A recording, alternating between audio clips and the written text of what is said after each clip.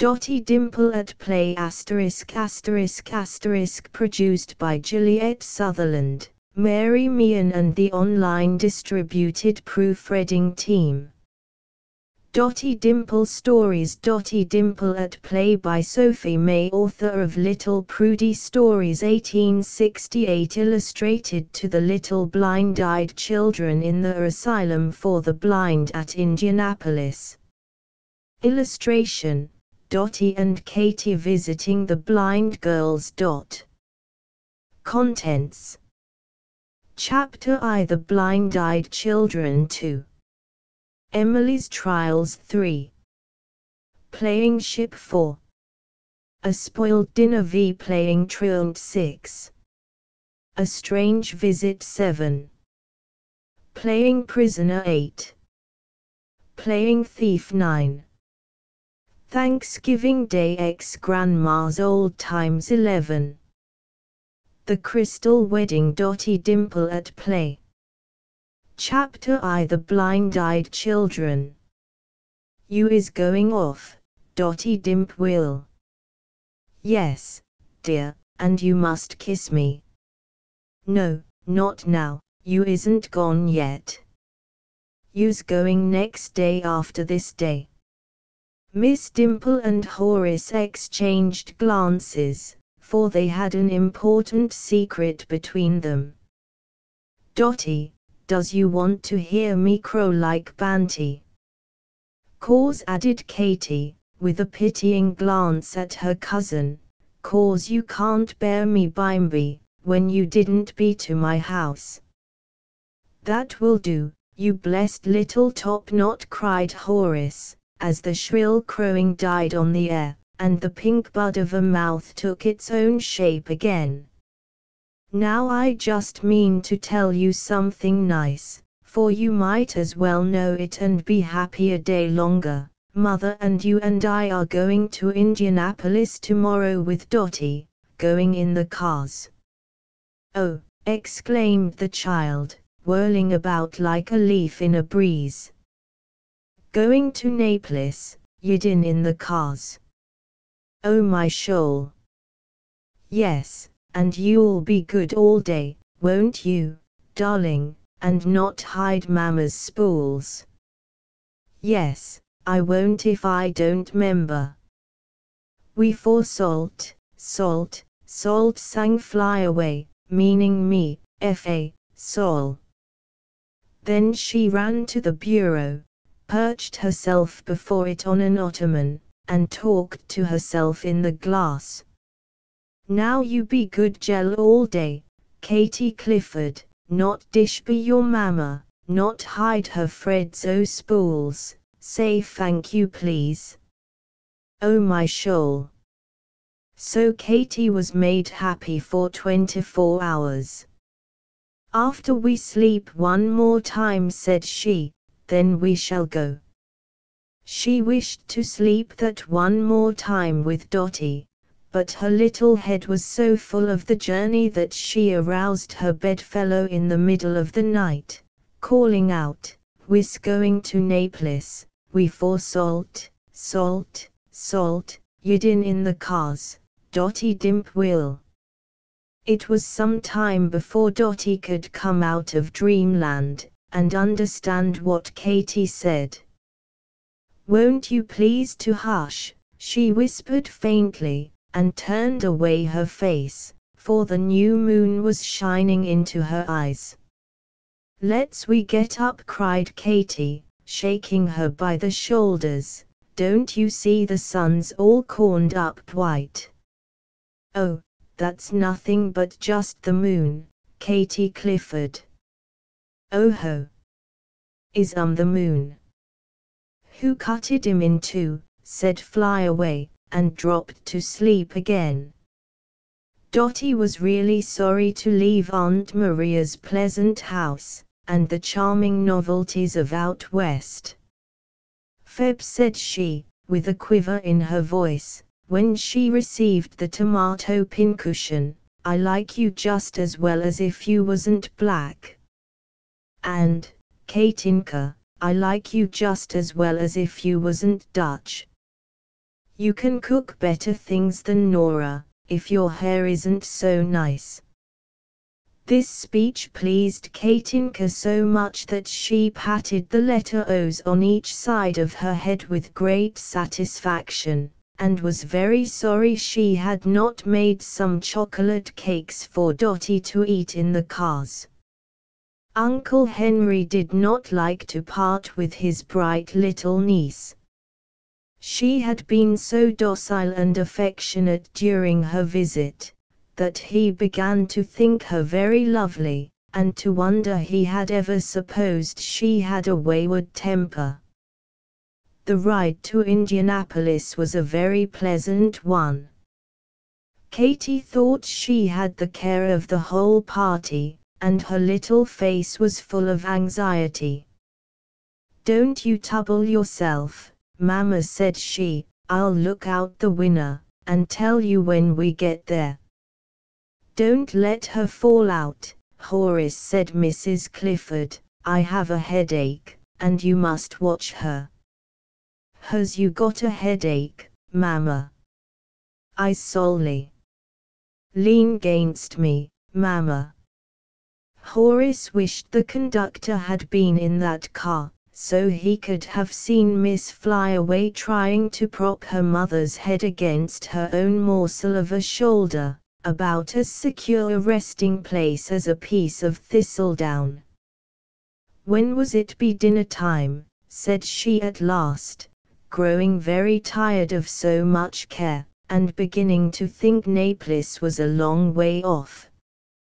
But they arrived there at last, and found Mr. Parlin waiting for them at the depot. After they had all been refreshed by a nice dinner, and Flyaway had caught a nap, which took her about as long as it takes a fly to eat his breakfast, then Mr. Parlin suggested that they should visit the blind asylum. "Is it where they make blinds?" asked Dotty. "Oh, no," replied Mr. Parlin, "it is a school where blind children are taught." "What is they when they is blind, Uncle Edard?" "They don't see, my dear." Flyaway shut her eyes, just to give herself an idea of their condition, and ran against Horace, who saved her from falling. "I was velly blind, then, Hollis," said she, "and that's what is it." "I don't see," queried Dotty. "I don't see how people that can't see can see to read. So what's the use to go to school?" "They read by the sense of feeling, the letters are raised," said Mr. Parlin. "But here we are at the Institute." They were in the pleasantest part of the city, standing before some beautiful grounds which occupied an entire square, and were enclosed by an iron fence. In front of the building grew trees and shrubs, and on each side was a playground for the children. "Why, that house has windows," cried Dotty. "I don't see what people want of windows when they can't see." "Nor me neither," echoed Katy. "What wants winners, can't see out of." They went up a flight of stone steps, and were met at the door by a blind waiting girl, who ushered them into the visitors' parlor. "Is she blind-eyed?" whispered Flyaway, gazing at her earnestly. "Her eyes isn't shut up. Where is the sea gone to?" Mrs. Clifford sent up her card, and the superintendent, who knew her well, came down to meet her. He was also blind-eyed, but the children did not suspect it. They were much interested in the specimens of beadwork which were to be seen in the showcases. Mr. Parlin bought some flowers, baskets, and other toys, to carry home to Susie and Prudy. Horace said, "These beads are strung on wires, and it would be easy enough to do that with one's eyes shut, but it always did puzzle me to see how blind people can tell one color from another with the ends of their fingers. The superintendent smiled. "That would be strange indeed if it were true," said he, "but it is a mistake. The colors are put into separate boxes, and that is the way the children distinguish them." "I suppose they are much happier for being busy," said Mr. Parlin. "It is a beautiful thing that they can be made useful." "So it is," said the superintendent. "I am blind myself, and I know how necessary employment is to my happiness." The children looked up at the noble face of the speaker with surprise. Was he blind? "Why does he wear glasses, then?" whispered Dotty. "Grandma wears them because she can see a little, and wants to see more." The superintendent was amused. As he could not see, Dotty had unconsciously supposed his hearing must be rather dull, but, on the contrary, it was very quick, and he had caught every word. "I suppose, my child," remarked he, playfully, "these spectacles of mine may be called the gravestones for my dead eyes." Dotty did not understand this, but she was very sorry she had spoken so loud. After looking at the showcases as long as they liked, the visitors went across the hall into the little one's schoolroom. This was a very pleasant place, furnished with nice desks, and at one end were bookcases containing blind books with raised letters. Horace soon discovered that the Old Testament was in 6 volumes, each volume as large as a family Bible. In this cheerful room were 20 or 30 boys and girls. They looked very much like other children, only they did not appear to notice that anyone was entering, and scarcely turned their heads as the door softly opened. Dotty had a great many new thoughts. These unfortunate little ones were very neatly dressed, yet they had never seen themselves in the glass, and how did they know whether their hair was rough or smooth, or parted in the middle? How could they tell when they dropped grease spots on those nice clothes? "I don't see," thought Dotty, "how they know when to go to bed. Oh, dear. I should get up in the night and think 'twas morning, only I should suppose 'twas night all the whole time, and not any stars either. When my father spoke to me, I should think it was my mother, and say, 'Yes, and perhaps I should think Prudy was a beggar man with a wig on, and never saw a flower nor a tree. Oh, dear.'" While she was musing in this way, and gazing about her with eager eyes which saw everything, the children were reading aloud from their odd-looking books. It was strange to see their small fingers fly so rapidly over the pages. Horace said it was a touching sight. "I wonder," went on Dotty to herself, "if they should tease God very hard, would he let their eyes come again? No, I suppose not." Then she reflected further that perhaps they were glad to be blind, she hoped so. The teacher now called out a class in geography, and began to ask questions. "What can you tell me about the inhabitants of Utah?" said she. "I know," spoke up a little boy with black hair, and eyes which would have been bright if the lids had not shut them out of sight. "I know, Utah is inhabited by a religious insect called Mormons."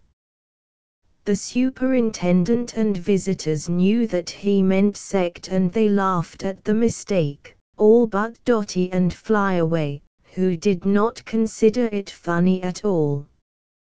Flyaway was seated in a chair, busily engaged in picking dirt out of the heels of her boots with a pin. Horace was much interested in the atlases and globes, upon the surface of which the land rose up higher than the water, and the deserts were powdered with sand. These blind children could travel all about the world with their fingers as well as he could with eyes and a pointer.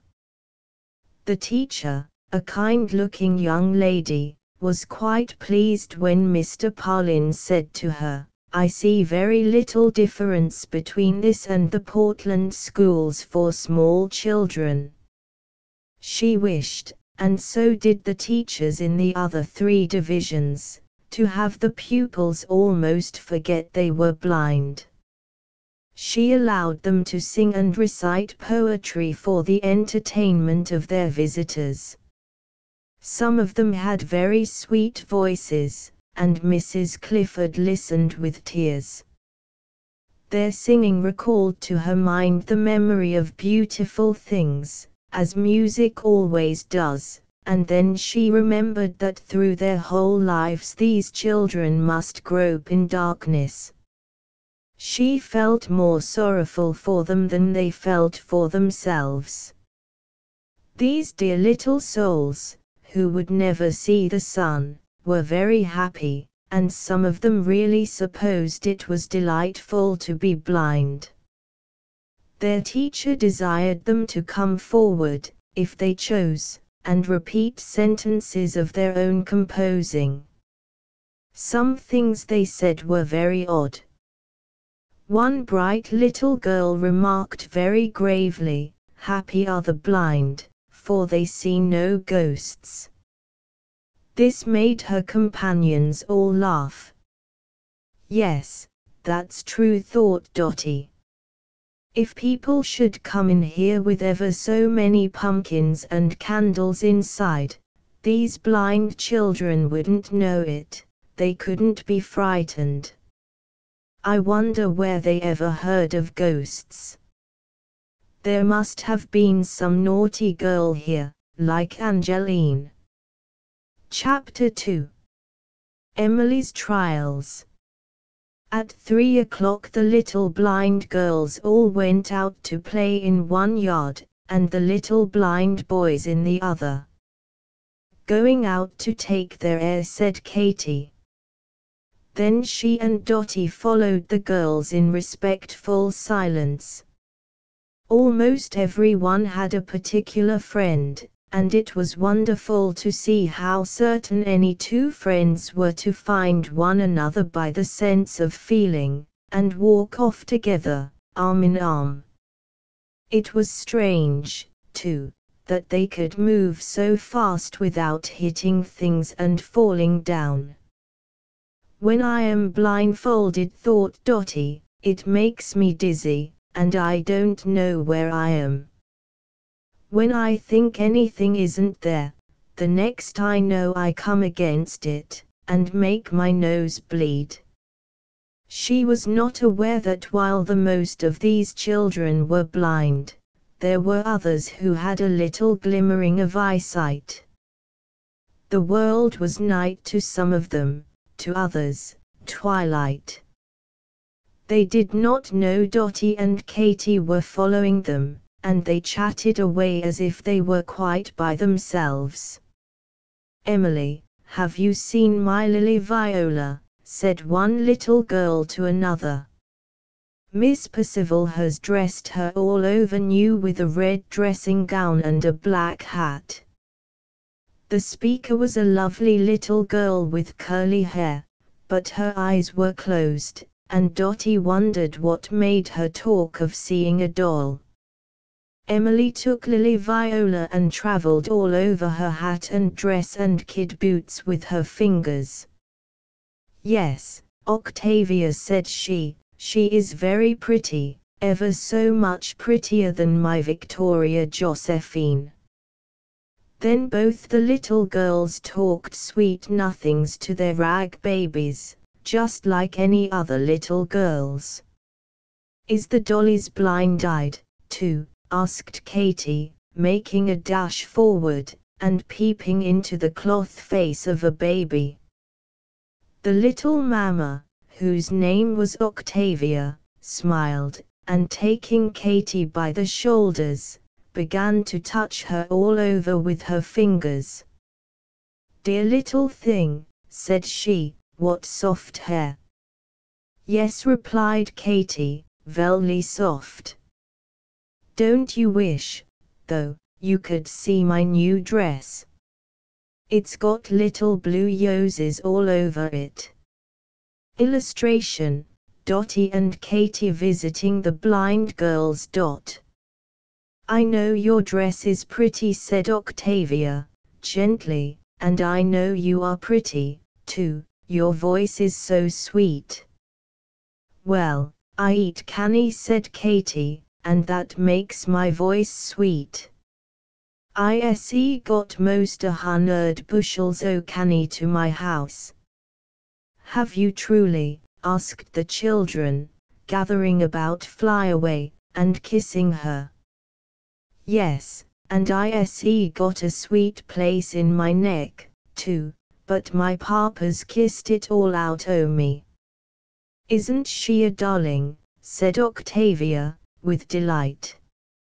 "Yes," answered Dotty, very glad to say a word to such remarkable children as these. "Yes, she is a darling, and she has on a white dress with blue spots, and a hat trimmed with blue, and her hair is straw color. They call her Flyaway, because she can't keep still a minute." "Yes, I does, I keeps still too, 3, 5, all the minutes," cried Katy, and to prove it, she flew across the yard, and began to pry into one of the playhouses. "She doesn't mean to be naughty, you must scuss her," spoke up Dotty, very loud, for she still held unconsciously to the idea that blind people must have dull ears. "She is a nice baby, but I suppose you don't know there are some playhouses in this yard, and she'll get into mischief if I don't watch her." "Why, all these playhouses are ours," said little curly-haired Emily. "Whose did you think they were?" "Yours," asked Dotty, in surprise. "Can you play?" Emily laughed merrily. "Why not? Did you think we were sick?" Dotty did not answer. "I am Mrs. Holiday," added Emily. "That is, I generally am, but sometimes I'm Jane. Didn't you ever read Rollo on the Atlantic?" Dotty, who could only stammer over the first reader at her mother's knee, was obliged to confess that she had never made Rollo's acquaintance.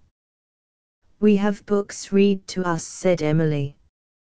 "In the work hour we go into the sitting room, and there we sit with the bead boxes in our laps, making baskets, and then our teacher reads to us out of a book, or tells us a story." "That is very nice," said Dotty. "People don't read to me much." "No, of course not, because you can see. People are kinder to blind children, didn't you know it? I'm glad I had my eyes put out, for if they hadn't been put out I shouldn't have come here." "Where should you have gone, then?" "I shouldn't have gone anywhere, I should just have stayed at home." "Don't you like to stay at home?" Emily shrugged her shoulders. "My paw killed a man." "I don't know what a paw is," said Dotty. "Oh, fly away, Clifford, you've broken a teapot." "No matter," said Emily, kindly, "'twas made out of a gone-to-seed poppy." "Don't you know what a paw is?" Why, it's a poor. In spite of this clear explanation, Dotty did not understand any better than before. It was the man that married my Ma, only Ma died, and then there was another one, and she scolded and shook me. Oh, I suppose you mean a father and mother, now I know. I want to tell you, pursued Emily, who loved to talk to strangers.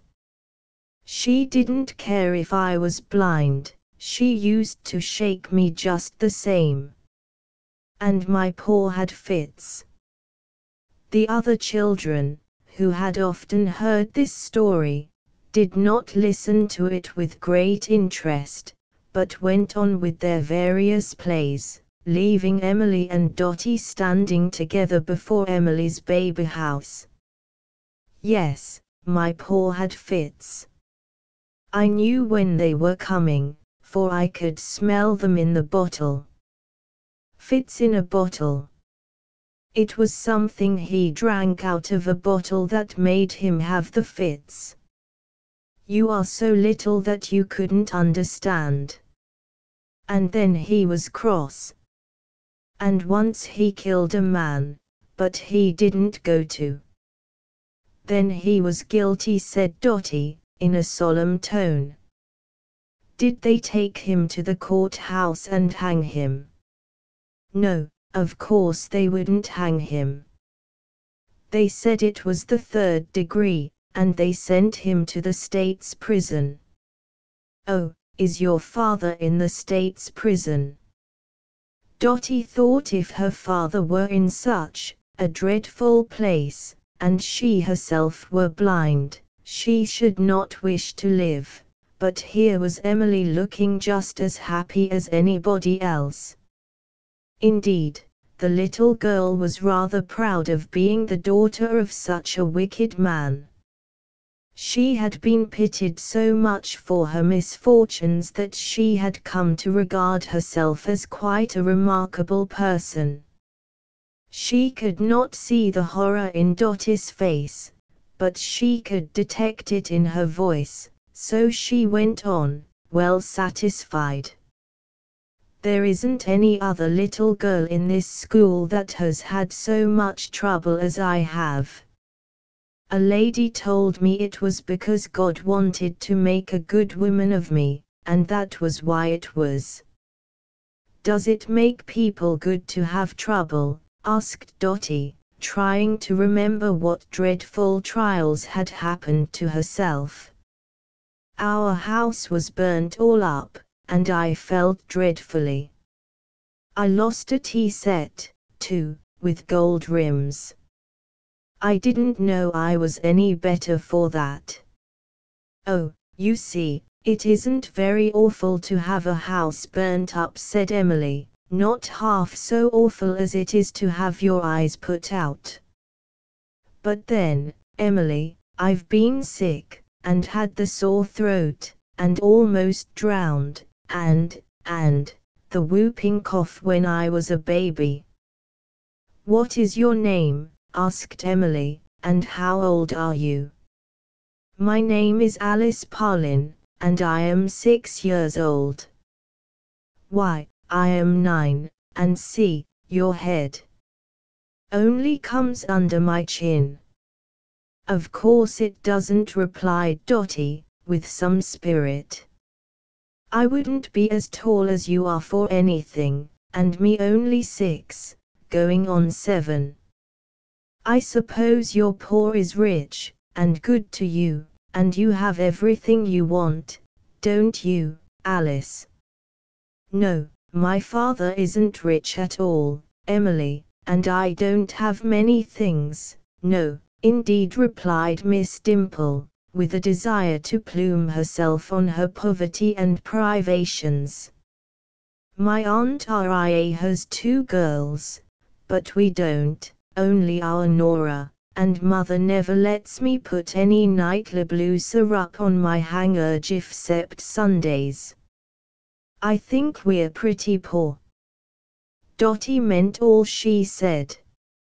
She had now become a traveler, had seen a great many elegant things, and when she thought of her home in Portland, it seemed to her plainer and less attractive than it had ever seemed before.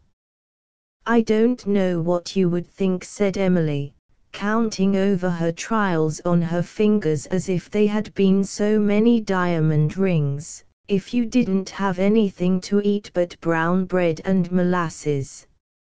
I guess you'd think that was pretty poor. And got the molasses all over your face, because you couldn't see to put it in your mouth. And had that woman shake you every time you spoke. And you're poor in state's prison because he killed a man." "Oh, no," repeated she, with triumph, "there isn't any other little girl in this school that's had so much trouble as I have." "No, I suppose not," responded Dotty, giving up the attempt to compare trials with such a wretched being, "but then I may be blind, sometime, too. Perhaps a chicken will pick my eyes out." A cross hen flew right up and did so to a boy. Emily paid no attention to this foolish remark. "My paw writes me letters," said she. "Here is one in my pocket, would you like to read it?" Dotty took the letter, which was badly written and worse spelled. "Can you read it?" asked Emily, after Dotty had turned it over for some moments in silence. "No, I cannot," replied Dotty, very much ashamed, "but I'm going to school by and by, and then I shall learn everything."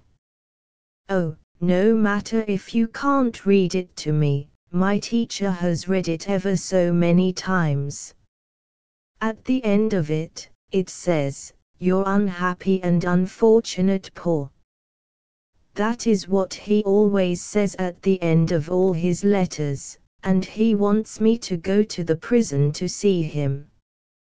"Why, you couldn't see him." "No," replied Emily, not understanding that Dotty referred to her blindness. "No, I couldn't see him. The superintendent wouldn't let me go. He says it's no place for little girls." "I shouldn't think it was," said Dotty, looking around for Flyaway, who was riding in a lady's chair made by two admiring little girls. "There was one thing I didn't tell," said Emily, who felt obliged to pour her whole history into her new friend's ears. "I was sick last spring, and had a fever. If it had been scarlet fever I should have died, but it was imitation of scarlet fever, and I got well." "I'm glad you got well," said Dotty, rather tired of Emily's troubles, "but don't you want to play with the other girls?" "I do." "Yes, let us play Rollo on the ocean," cried Octavia, who was Emily's bosom friend, and was seldom away from her long at a time, but had just now been devoting herself to Katy. "Here is the ship. All aboard." Chapter 3. Playing Ship. Now this ship was an old wagon body, and had never been in water deeper than a mud puddle.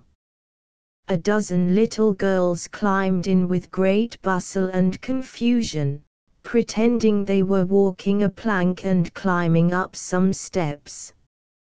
After they were fairly on board they waved their handkerchiefs for a goodbye to their friends on shore. Then Octavia fired peas out of a little pop gun twice, and this was meant as a long farewell to the land. Now they were fairly out on the ocean, and began to rock back and forth, as if tossed by a heavy sea. "See how the waves rise," said Emily, and threw up her hands with an undulating motion. "I can see them," she cried, an intent look coming into her closed eyes. "They are green, with white bubbles like soap suds. and the sun shines on them so. Oh, 'tis as beautiful as flowers. Beautiful as flowers, echoed Flyaway, who was one of the passengers, while Dotty wondered how Octavia knew the difference between green and white. She did not know, and what sort of a picture she painted in her mind of the mysterious sea I am sure I cannot tell. Now, said Miriam Lake, the prettiest of the children, it is time to strike the bells. So she struck a tea bell with a stick 8 times. That is 8 bells, explained she to Dotty, and it means 4 o'clock. But, Jenny Holiday, where is the kitten? Why, we are not half ready. The children never thought they could play ship without a kitten, a grey and white one which they put into a cage just as Jenny Holiday did, when she and Rollo travelled by themselves from New York to Liverpool. When the kitten had been brought, they had got as far as Long Island Sound, and they said the kitten was sent by a ship of war which had to be spoken. This is a funny way to play, said Miriam. Here we are at Halifax, and nobody has heaved the log yet. No, said Octavia, so we can't tell how many knots an hour we are going. I'm going a great many knots, cried Katy, whose exertions in rocking from side to side had thrown her overboard once. We never get to Liverpool in this world, said Emily, unless Miss Percival comes and steers the ship. It happened at that very moment that Miss Percival came into the yard with Aunt Maria. If you will excuse me, Mrs. Clifford, said she, laughing, I will take command of this ship. No apologies are necessary, replied Mrs. Clifford. I should be very glad to watch your proceedings. Is it possible, Miss Percival, that you are capable of guiding a vessel across the Atlantic? I have often tried it, said Miss Percival, going on board, but we sometimes have a shipwreck. Emily, said she, you may heave the log. So Emily rose, and taking a large spool of crochet cotton which Miss Percival gave her, held it above her head, turning it slowly, till a tatting shuttle, which was fastened at the end of the thread, fell to the ground. This was supposed to be the log, and Octavia, with 1 or 2 other girls, pretended to tug with much force in order to draw it in, for the ship was going so fast that the friction against the cord was very great. Knots had been made in the cotton, over which Emily ran her quick fingers. 10 knots an hour, said she. Very good speed, returned the captain. I do not think we shall be able to take an observation today, as it is rather cloudy. Sailors take observations at noon, if the sun is out, by means of a sextant, with which they measure the distance from the sun to the southern horizon. In this way the captain can tell the exact latitude of the ship, but Miss Percival made believe there was a storm coming up, so it was not possible to take an observation. It is 2 bells, said she, the wind is out, there will be a fearful storm. I would advise the passengers to turn into their berths. The children lay down upon the floor. There, said Miriam Lake, who was playing Jenny Holiday, my poor little kitty is just as seasick. Her head keeps going round and round. My head has did it too, chimed in Katy, rolling herself into a ball, it keeps yoking yund and yund.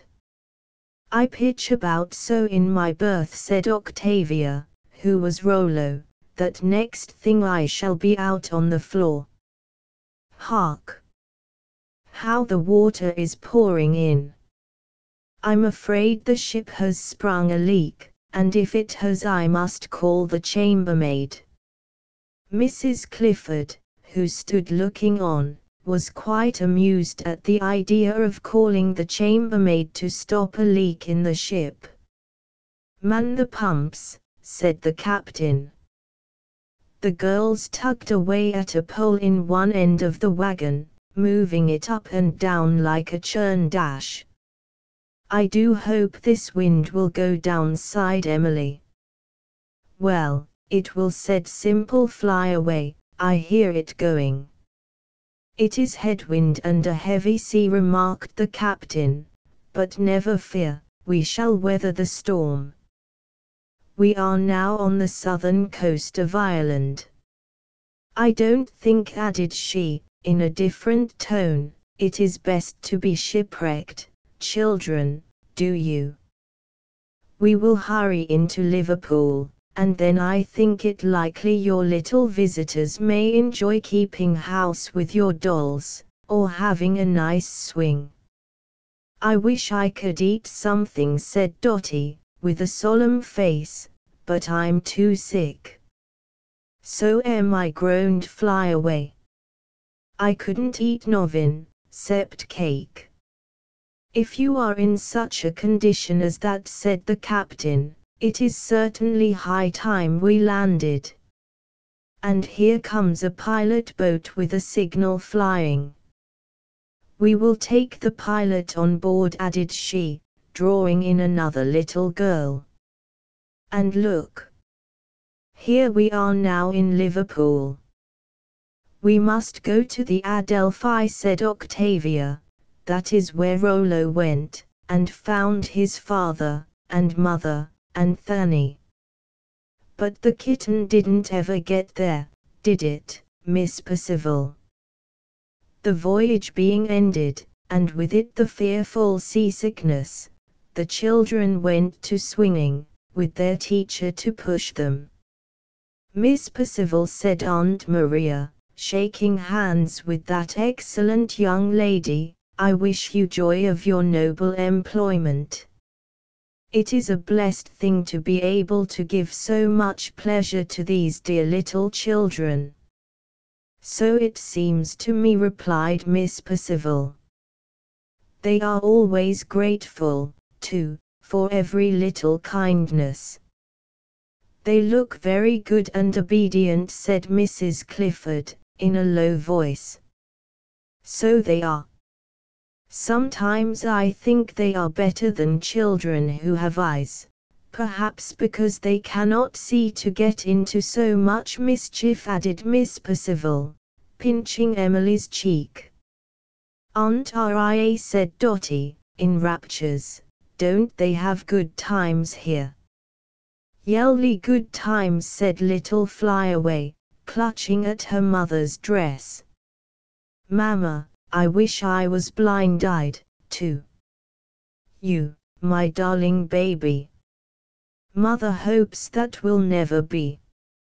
But if you cannot be blind-eyed yourself, perhaps you may make some of these little ones happy.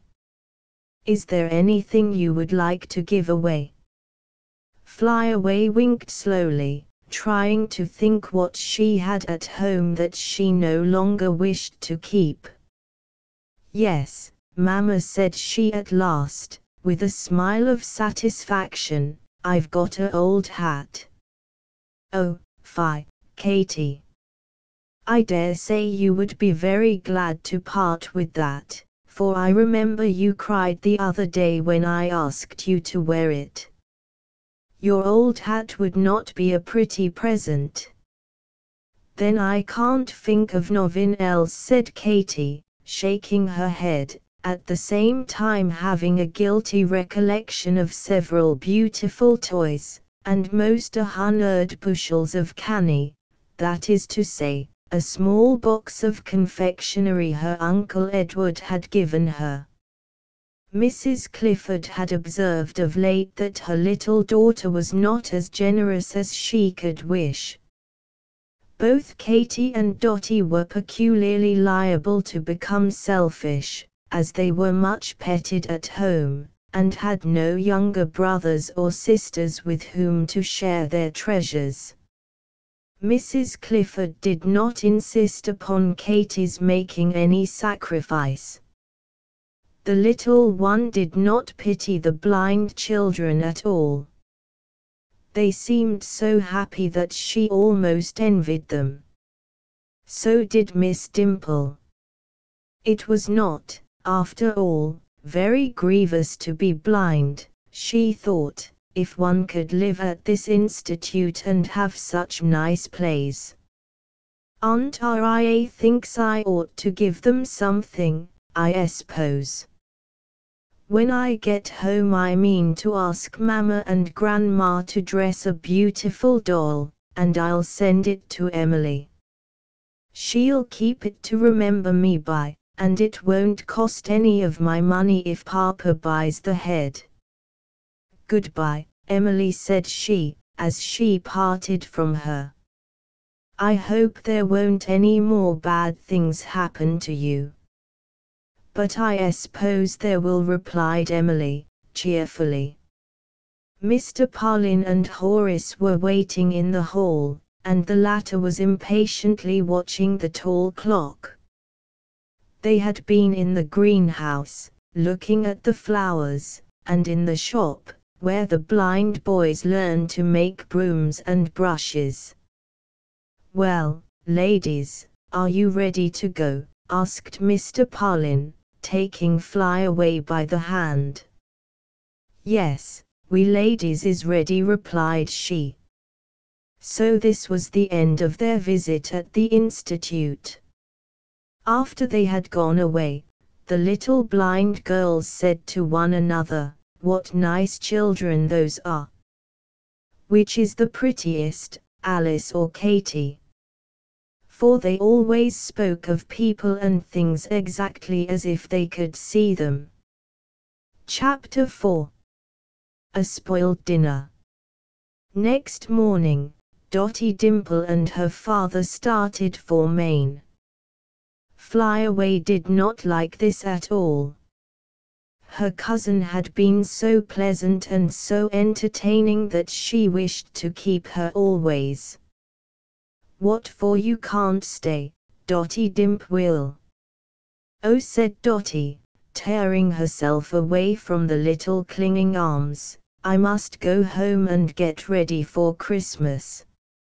No, you mustn't, persisted Katy, we've got a Santa Claus in our chimney, you mustn't go home. It isn't for Santa Claus at all, darling, it is for my Papa and Mama's wedding.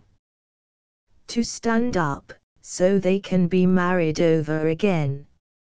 Now kiss me, and let me go. Her's going home to Christmas pie, remarked Katy, as she took her mournful way with her mamma to the house where they were visiting. She did not know what a wedding might be, but was sure it had pies in it. There goes a right smart little girl, said Horace, with a sweep of his thumb towards the Cleveland cars.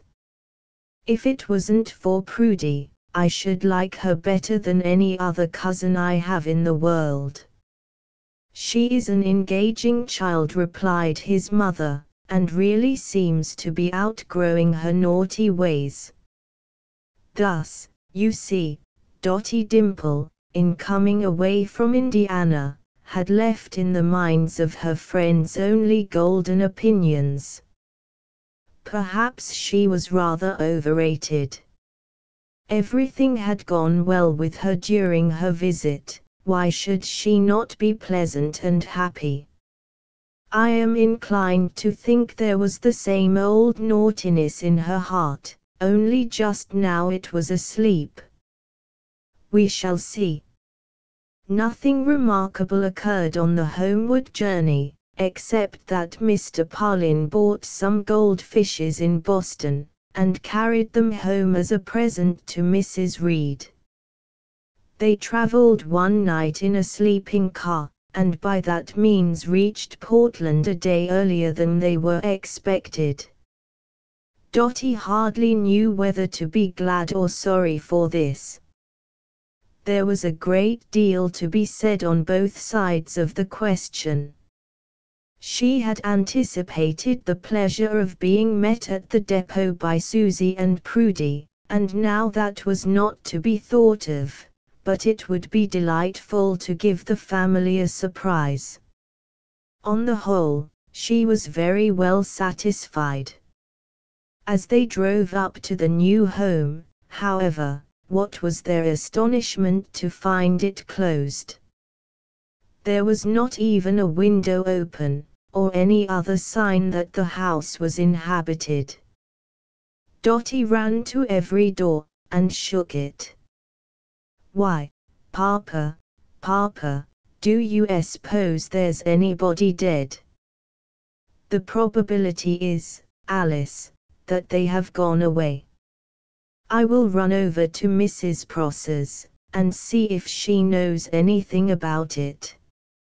Mrs. Prosser was the nearest neighbor on the left. Her little daughter came to the door in tears, having hurt herself against a trunk in the hall. "Miss Carey," said Mr. Parlin, "can you tell me where Mrs. Parlin and the rest of the family are gone?" "Yes, Caddy Prosser, the house is shut up," added Dotty, "and I'm afraid they're dead." "I don't know where they're gone, nor anything," sobbed Carrie. "I didn't know the trunk was in the entry, and I came so fast I fell right over it." "I am very sorry you are hurt," said Mr. Parlin. "Is your mother at home?" "No, sir, she isn't. Her trunk came, but she didn't." There was no information to be obtained at the Prossers, so Mr. Parlin went to Mr. Lawrence's, the nearest neighbor on the right, making the same inquiries, but all he learned was that a carriage had been seen standing at Mr. Parlin's door. Who had gone away in it nobody could tell. Dotty paced the pavement with restless steps, her mind agitated by 1,000 wild fancies. Grandma Reed never went anywhere. Perhaps she was locked up in the house, and Zip too. Nora was at Cape Elizabeth. She had walked out to see her friend Bridget, the girl with red hair, and, just as likely as not, she didn't ever mean to come back again. Mother, and Susie, and Prudy had gone to Willowbrook, to Grandpa Parlin's, of course they had, and left Grandma Bede all alone in the house, with nothing to eat. How strange! How unkind! "Grandma," she called out under Mrs. Reed's window. There was no answer. Dotty fancied the white curtain moved just a little, but that was because a fly was balancing himself on its folds. Grandma was not there, or, if she was, she must be very sound asleep. Oh, dear, dear. And here were Dotty and her father come home a day earlier than they were expected, and instead of giving the family a joyful surprise, they had a surprise themselves, only not a joyful one, by any means.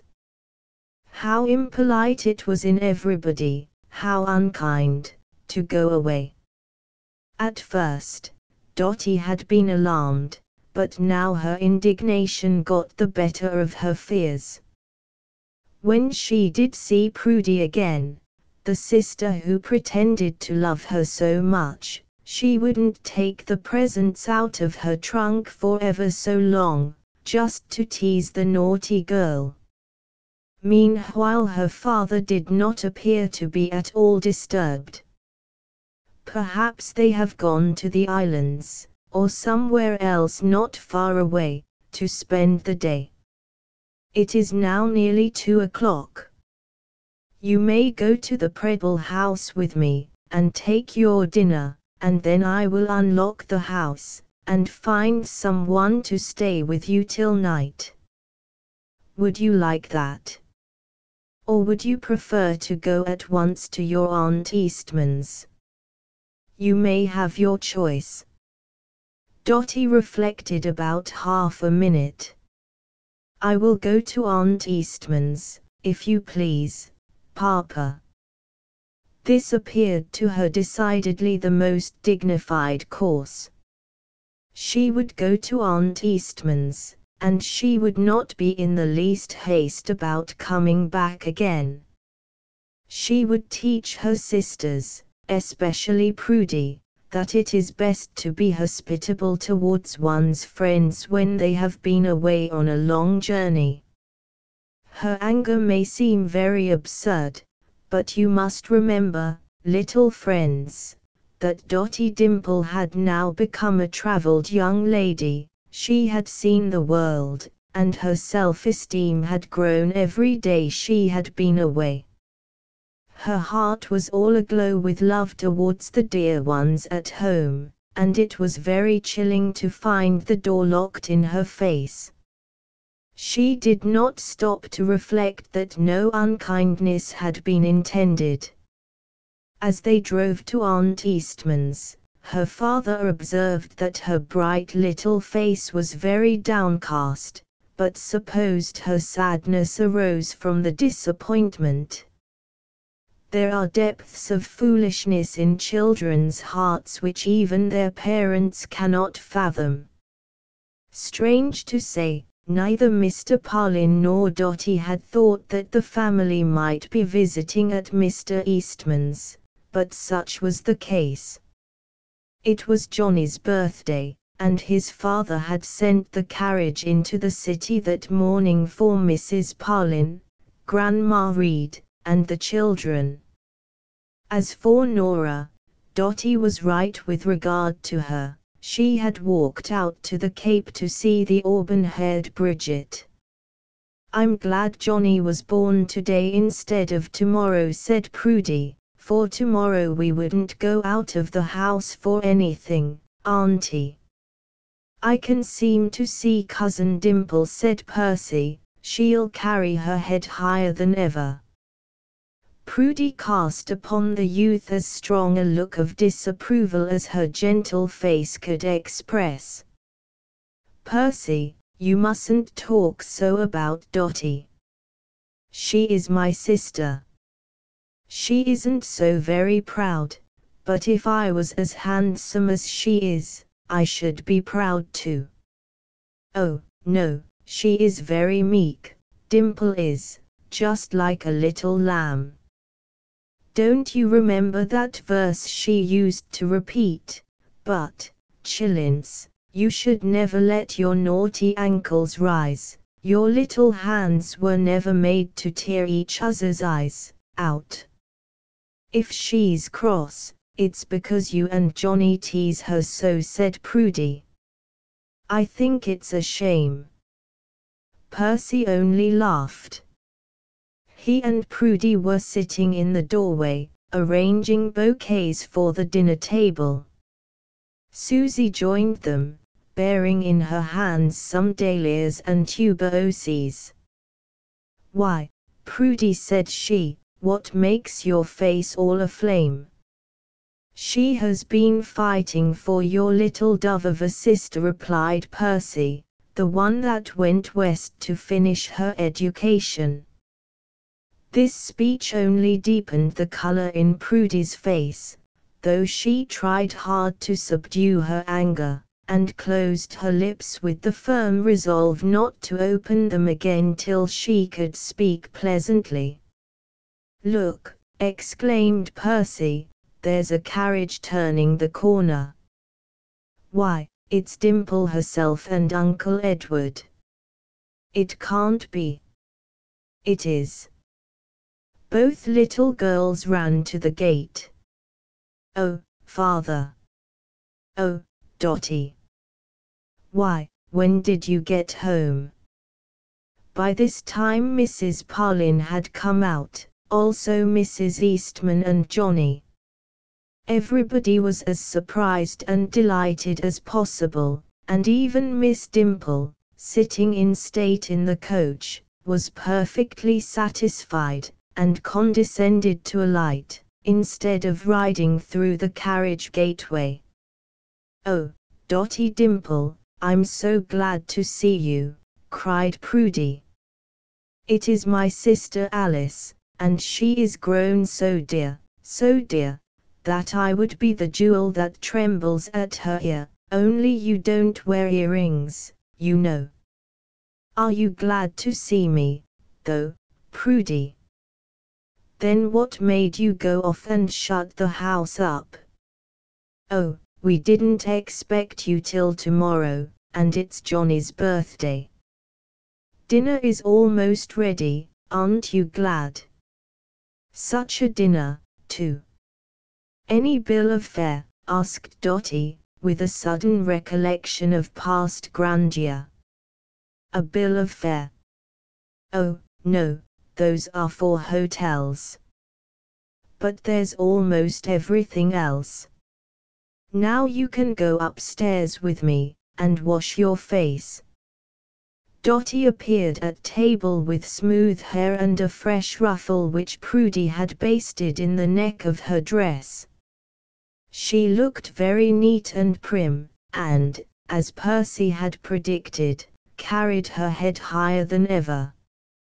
"I suppose," said Aunt Eastman, "you will have a great many wonderful things to tell us, Dotty, for I am sure you travelled with your eyes open." "Yes, I hardly ever went to sleep in the cars. But when you said eyes, Auntie, it made me think of the blind children. We went to the asylum to see them." "How do they look?" asked Johnny. "They don't look at all, they are blind." "Astonishing. I'd open my eyes if I were they." "Why, Percy, they are blind, stone blind." "How is that? How blind is a stone?" Dotty busied herself with her turkey. Her Eastman cousins all had a way of rendering her very uncomfortable. They made remarks which were intended to be witty, but were only pert. They were not really kind-hearted, or they would have been more thoughtful of the feelings of others. "Alice," said dear Mrs. Reed, trying to turn the conversation, "I see thee wears a very pretty ring." Dotty took it off her finger, and passed it around for inspection. "I never had a ring before," said she, with animation. "I never had anything to wear, 'cept clothes," Percy laughed. "I found the pearl in an oyster stew, Grandma. It is such a very funny place out west." "Yes, it is really a pearl," said Percy, "only spoiled by boiling. Look her, Toddlekins, oysters don't grow out west, they grow here on the coast. You'd better study astronomy." Dotty took refuge in silence again, like an oyster withdrawing into his shell. "Oh, Dotty," said Susie, presently, "tell me what you saw out west. I want to hear all about it." "Well, I saw a panorama," replied Dotty, briefly. "What in the world is that?" said Johnny. "It is a long picture, and they keep pulling it out like India rubber." "She means a panorama," cried Johnny. "Why, I went to one last night." "We can see as much as you can, without going out west, either." Here was another sensation. Dotty might as well have been eating ashes as the delirious dinner before her. "Don't you like your pudding, dear?" asked Aunt Eastman. "Oh, yes I always like cocoa-wacker," replied the unfortunate Dotty, stumbling over the word tapioca. In spite of their mother's warning frown, the three young Eastmans laughed, while Susie and Prudy, who had kinder hearts and better manners, drew down their mouths with the greatest solemnity. "I ain't going to speak another word," cried the persecuted little traveler, setting down her goblet, and hitting it against her plate till it rang again. "Error!" called out Florence from the other side of the table, "there's no such word as ain't." This was too much. Dotty had smarted under these cruel blows long enough. She hastily arose from the table, and rushed out of the room. "Florence and Percy, you are both very thoughtless," said Mrs. Eastman, reprovingly. Mrs. Parlin looked deeply pained, as she always did when her little daughter gave way to her temper, but she made no allusion to the subject, and tried to go on with her dinner as if nothing had happened. Dotty ran into the front yard, threw herself on the ground, and buried her face in a verbena bed. There. It wasn't of any use, she couldn't be good, it wouldn't last.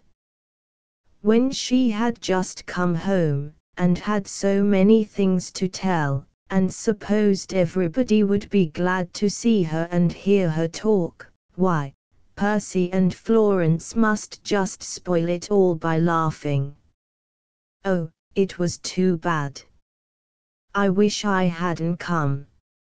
I wish I'd been switched off, sighed Dotty, meaning, if she meant anything, that she wished the cars had whirled her away to the ends of the earth, instead of bringing her home, where people were all ready with one accord to trample her into the dust.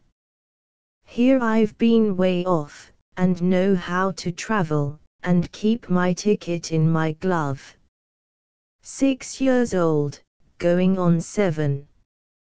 Been down in a coal mine, Prudy never did dare to. Had a jigger cut out of my side. Been to the asylum. One of the conductors said, "That's a fine little daughter of yours, sir." I heard him.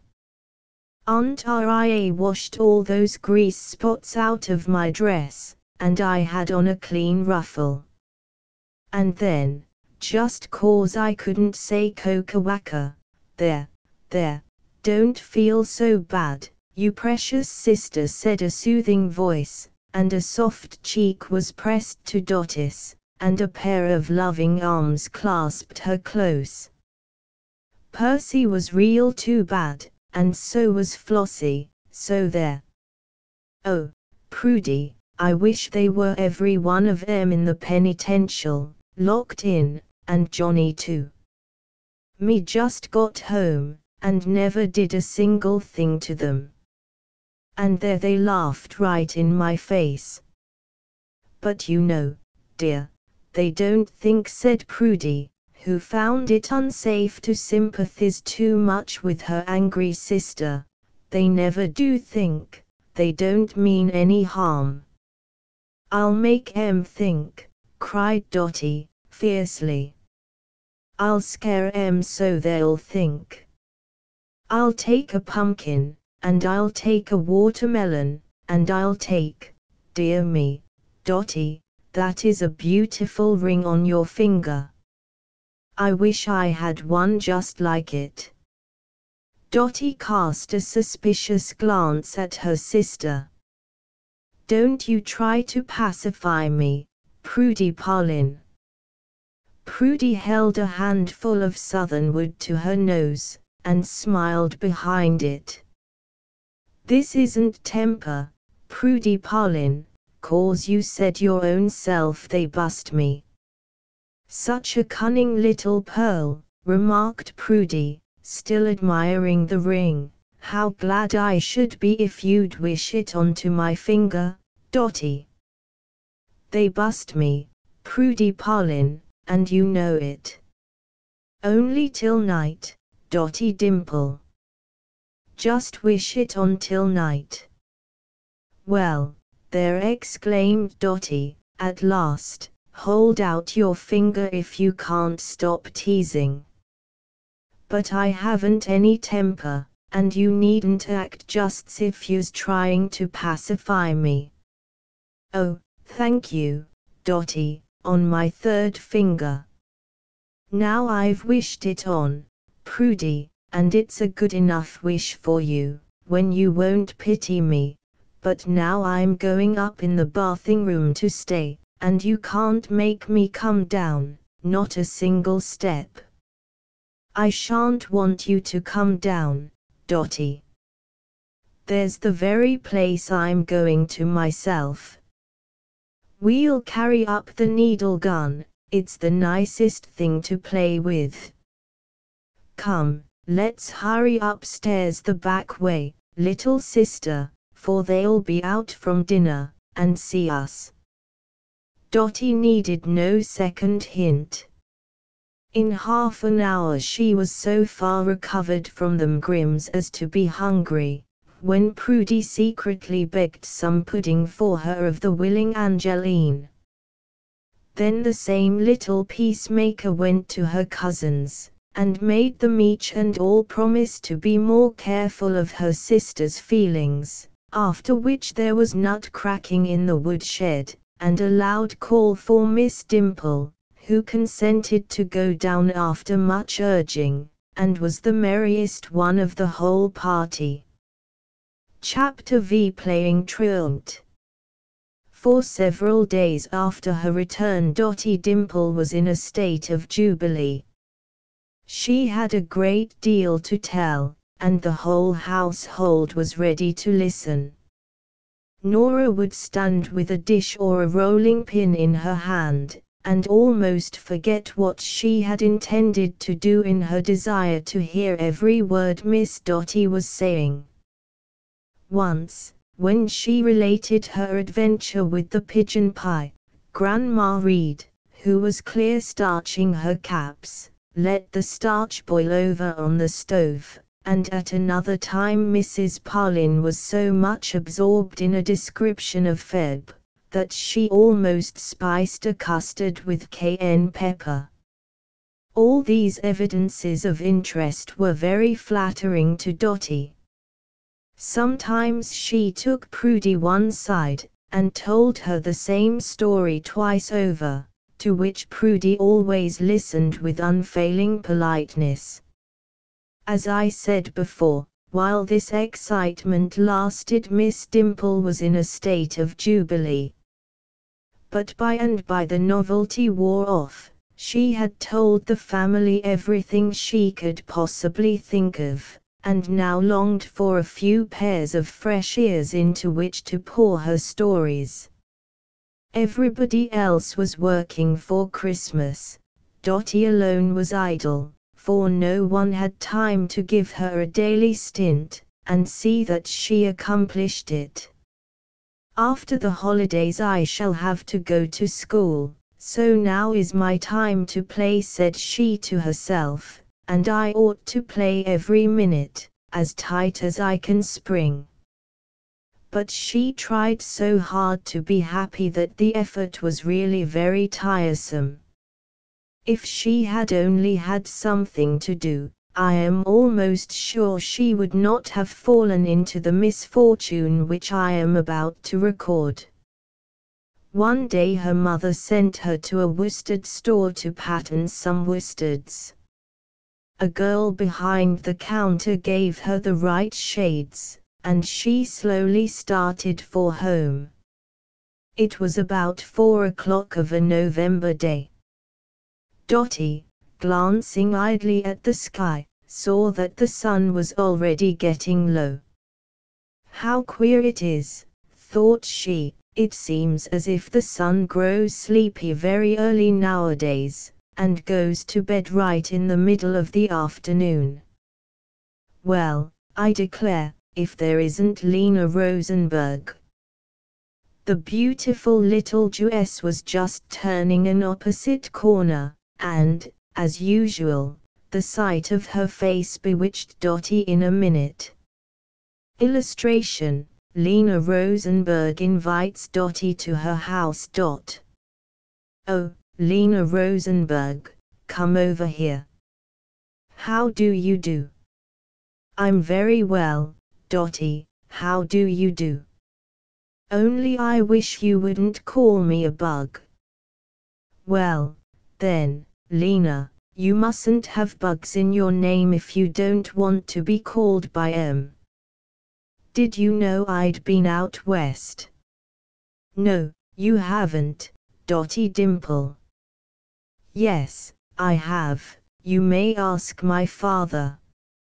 I kept my own ticket right in my glove, and took most the whole care of myself. Went to the blind asylum, found a pearl in an oyster, been way down in a coal mine, and, come to my house, won't you, and tell me all about it, said Lena Rosenberg, looking as beguiling as possible, and taking Dotty's unresisting hand. Dotty knew very well that her mother would never allow her to go to Lena's house, but she did not like to say that, and she only replied, I've matched my worsteds, and now I must go home. Oh, you can go home afterwards. My mother said to me today, do you bring Dotty Dimple home to supper this very night? She'll be so glad to see you. Dotty gave another glance at the sky, then one at the city clock. What time do you drink tea, Lena? At 5, most always. Dotty had long felt a great curiosity about the domestic affairs of the Jews, and here was an unexpected opportunity to sit down at the very table with them. She had an invitation from the head of the family, and that was something which did not happen every day. She could go home any time afterwards, for their own tea hour was not till 6:30. I'll walk along with you a little way, Lena, and think it over. It was true Mrs. Parlin did not approve of Mandoline or any of her family, but Dotty thought she would forget that, just for once. Oh, dear. I keep thinking how my mamma said, I do not wish you to play with Lena Rosenberg. Now I can most always forget easy enough, but when I try to forget, it says itself over and over, and I remember just as hard. As they turned another corner they met Susie, who had been sent to the dye house. Why, Dotty, said she, what are you doing on that street? Lena spoke up very boldly, she's going to the doctor's with me, Susie Parlin, to get a plaster for my mother. At this wicked speech Dotty's heart almost sank into her boots, for she had never known before that Lena would tell a deliberate lie. Lena lived in a little grocery store. Her father was gone away today, and her mother had just served a customer with a pound of damp brown sugar, saying, as she clipped the string, it's very cheap sweetening at that price. We are going to rise on it tomorrow. After that she stood a minute in front of the store, and shook her head at Jacob, a little boy, some 3 years old, who was trying to balance a patent washboard against a tree which grew out of the brick pavement. It was a large, scrawny tree, which looked as if it was obliged to live there, but didn't want to, and had tried in vain to get burnt up in the Portland fire. From the lower branches of the tree depended a couple of dun-colored hams, and a painted board, with the words, "Good Family Butter." "Come in, Jacob, you naughty boy," said Mrs. Rosenberg, this time shaking him, because she was afraid he would injure the patent washboard. Then Jacob, who had been waiting for the shaking, and would not stir without it, went in at the side door crying, for the family lived in one end of the store. Mrs. Rosenberg had a great many children, and was obliged to work very hard at various employments. Just now she went to spreading pumpkin seeds to dry under the stove. She was not expecting company, and when Mandeline entered with Dotty, she looked up from her work with a frown. "Who've you brought home with you this time, Mandeline Rosenberg?" said she. "Take off your hat and hang it over them tomatoes, but mind you don't drop it into that dish of lard." "Mother," pleaded Mandeline, "we want to go up chamber to see my pretty things. Her mother sent her a purpose." "No, she didn't, no such a thing. You're a master hand to pick up children and fetch 'em home here, and then crawl out of it by lying. Besides, you've got to knit. I must have those socks done by tomorrow noon, Mandy, or I'll know the reason why." As Mrs. Rosenberg spoke, she pushed a waiter full of seeds under the stove as if she hated the very sight of them, and when she stood up again, Dotty observed that her dirty calico dress did not come anywhere near the tops of her calfskin shoes. "But, Mother," said Mandeline, with a winning smile, "this is Dotty Dimple, the little girl that gave me the needle book." This was partly true. Dotty had given Mandeline an old needle book, but it had been in return for some maple sugar, which the little Jewess had pilfered from her father's store. "Dotty Dimple, is it?" said Mrs. Rosenberg, with a sharp look at the little guest. "I don't know now any better than I did before." "That's a name for a doll baby, I should say." "Alice Parlin, Mother." "Is it? Oh, well, you may take her upstairs out of my way, but mind, you must knit every minute you're gone." Dotty was greatly abashed by this reception, and would have rushed out of the house, but Mandeline held her fast. "You shan't go a step," said she, "I'll hide your hat." So Dotty, under peril of going home bareheaded, was obliged to creep up the rickety staircase with Mandeline. She likened her feelings on the occasion to those of a person whom the mayor is putting in the lock-up. Indeed, the lock-up was Dotty's dream of all the horrors, and she had no doubt it was the mayor himself who always stood with his hands outstretched, ready to thrust wicked people into it. The chamber which the little girls entered was an unfinished one, and from the rafters hung paper bags of dried herbs, for, besides being a housekeeper and clerk, Mrs. Rosenberg was something of a doctress withal, and made bitters for her particular friends. "Sit down here on the bed, Dotty Dimple, and look at my paper dolls," said Lena, producing from under a disjointed chair, an old cigar box full of paper heroes and heroines. Mandeline was an artist in way, and these figures were clad in the most brilliant costumes of silver and gold. Dotty was dazzled. Never before had it been her lot to see such magnificent dolls, dolls which shone so in the sun, every one of them a king or a queen, and fit to wear a crown. "Oh, Lena," sighed she, in ecstasy, "where do you get your silver and gold?" "Tease for it," replied the little Jewess. Dotty knew, to her own sorrow, that Lena was capable of teasing. It was hard to keep so much as an apple or a peppermint away from her if she happened to set her heart on it. "I'll give you 20 dolls," said Lena, "if you'll let me have your ring, and it isn't a very pretty ring, either, looks like brass."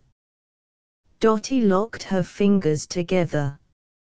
"You can't tease away my only dunny pearl, Lena, if it is brass, so you needn't try." "Mandoline," called out Mrs. Rosenberg's sharp voice from downstairs, "are you at work?" "Oh, dear," said Lena, sauntering along to an old chest, and taking her knitting from the top of it, "that's always the way. I thought if you came, Mother'd let me play." Dotty understood from this remark why Lena had asked her to go home with her. It was not because she wished to hear any of Dotty's brilliant stories, for she had not asked a single question about out west. It was because she hoped for a reprieve from the dreaded knitting. "She's a real naughty little girl," thought Miss Dimple, "and if she hadn't hided my hat, I'd go right home." There was a heavy tread on the stairs.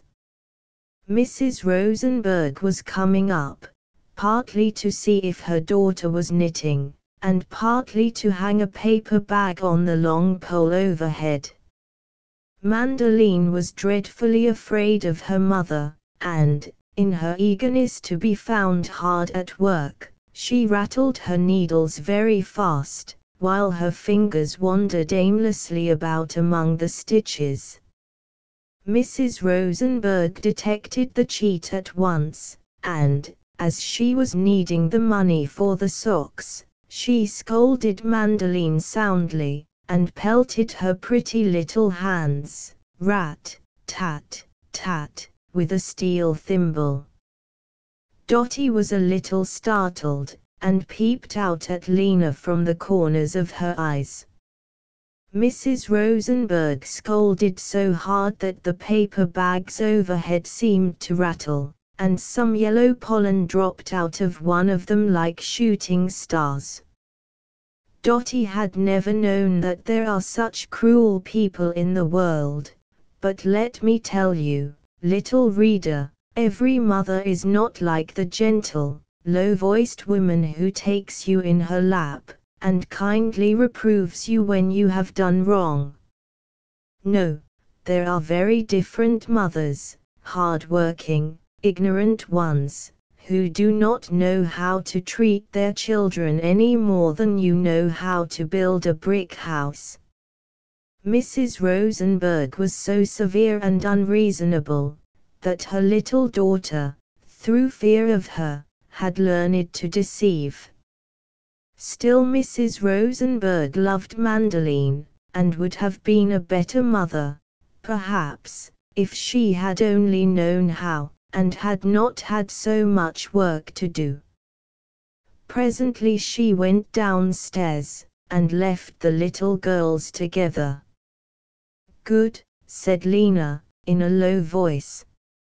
"She's gone, now we'll play."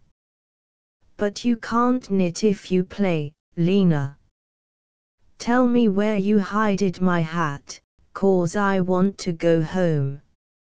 "You shan't go home till after supper, you little darling Dotty Dimple." "Oh, but I must go, for my mother doesn't know where I am," said Dotty, in a dreary tone. She had no longer any curiosity regarding Jewish suppers, all she wanted was the liberty to get away. but it is always easier to fall into a trap than to get out of it. Mandoline would not produce the missing hat, and it was no light matter for Dotty to go downstairs, among the noisy, quarrelsome children, and beg the severe Mrs. Rosenberg to take her part. If she did so, perhaps the woman would pelt her with the steel thimble.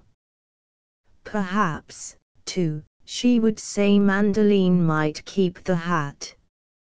So Dotty played synagogue, and all the while the sun was dropping down the sky, as if it had a leaden weight attached to it, to make it go faster. Chapter 6. A strange visit. The same warfare of words continued to come up from the kitchen, and presently the odor of sausages stole up, too. Mrs. Rosenberg was preparing supper. It seemed to the impatient Dotty that she was a long while about it, but she worked as fast as she could, with so many children clinging to her skirts, and impeding her movements. "Supper, Mandoline," called she at last, in a shrill voice, and the little girls went down. The supper was palatable enough, but very unwholesome, and the tablecloth was dirty and wrinkled. "You don't seem to like my cooking," said Mrs. Rosenberg, with a displeased glance at Dotty's full plate. "Yes, replied the little guest, faintly, "but I've eaten up my appetite." At the same time she swallowed a little oily gravy in desperation, and looked slyly to see if Solly was watching her. Yes, he was, and so were all the rest of the family, as if she had been a peculiar kind of animal, just caught and caged. "I suppose they are dreadful nice folks at your house," continued Mrs. Rosenberg. "I almost wonder your mother let you come here to play with my poor little girl. Mandy's just as good as you are, though, you can tell her so, and she's got a sight prettier eyes." Dotty's heart kept swelling and swelling, till presently it seemed as if there wasn't room enough in her whole body to hold it. She thought of the cheerful, orderly tea table at home, she recalled her mother's gentle ways, her lovely face, and longed to kiss her cheek, and whisper, "Forgive me. Mamma'll be just as patient with me," thought Dotty, "she always is. But if I once get home, I'll never make her patient any more.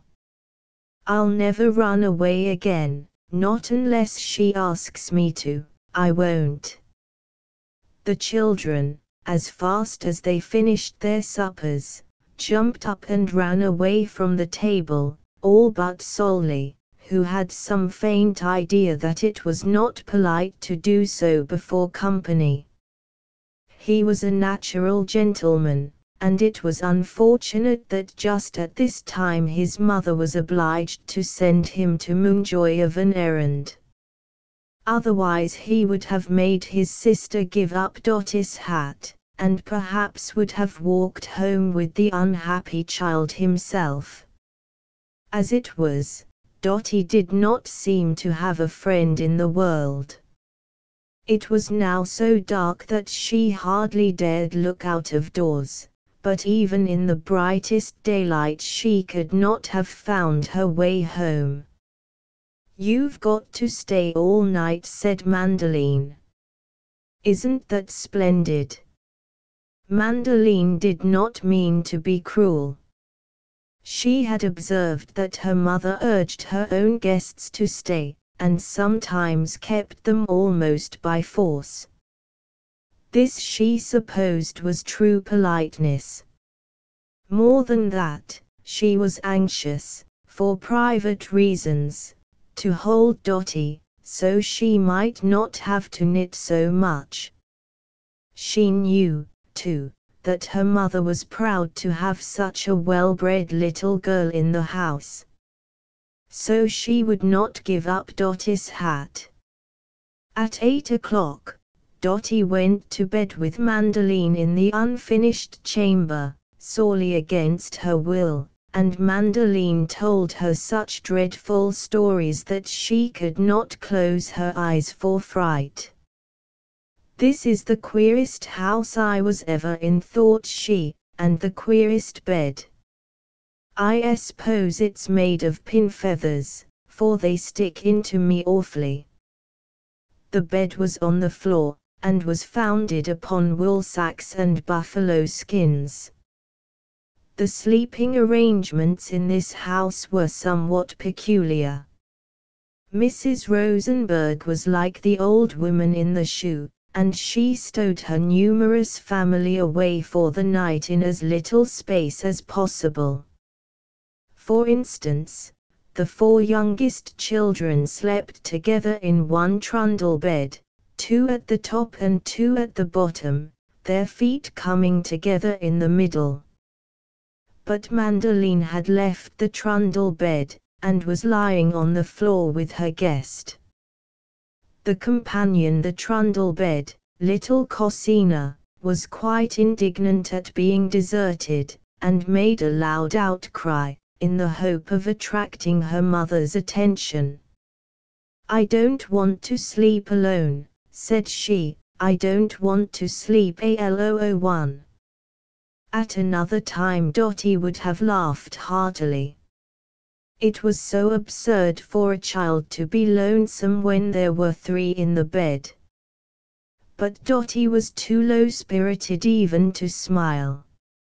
Mrs. Rosenberg came up and boxed Rosina's ears, and after that the trundle bed subsided.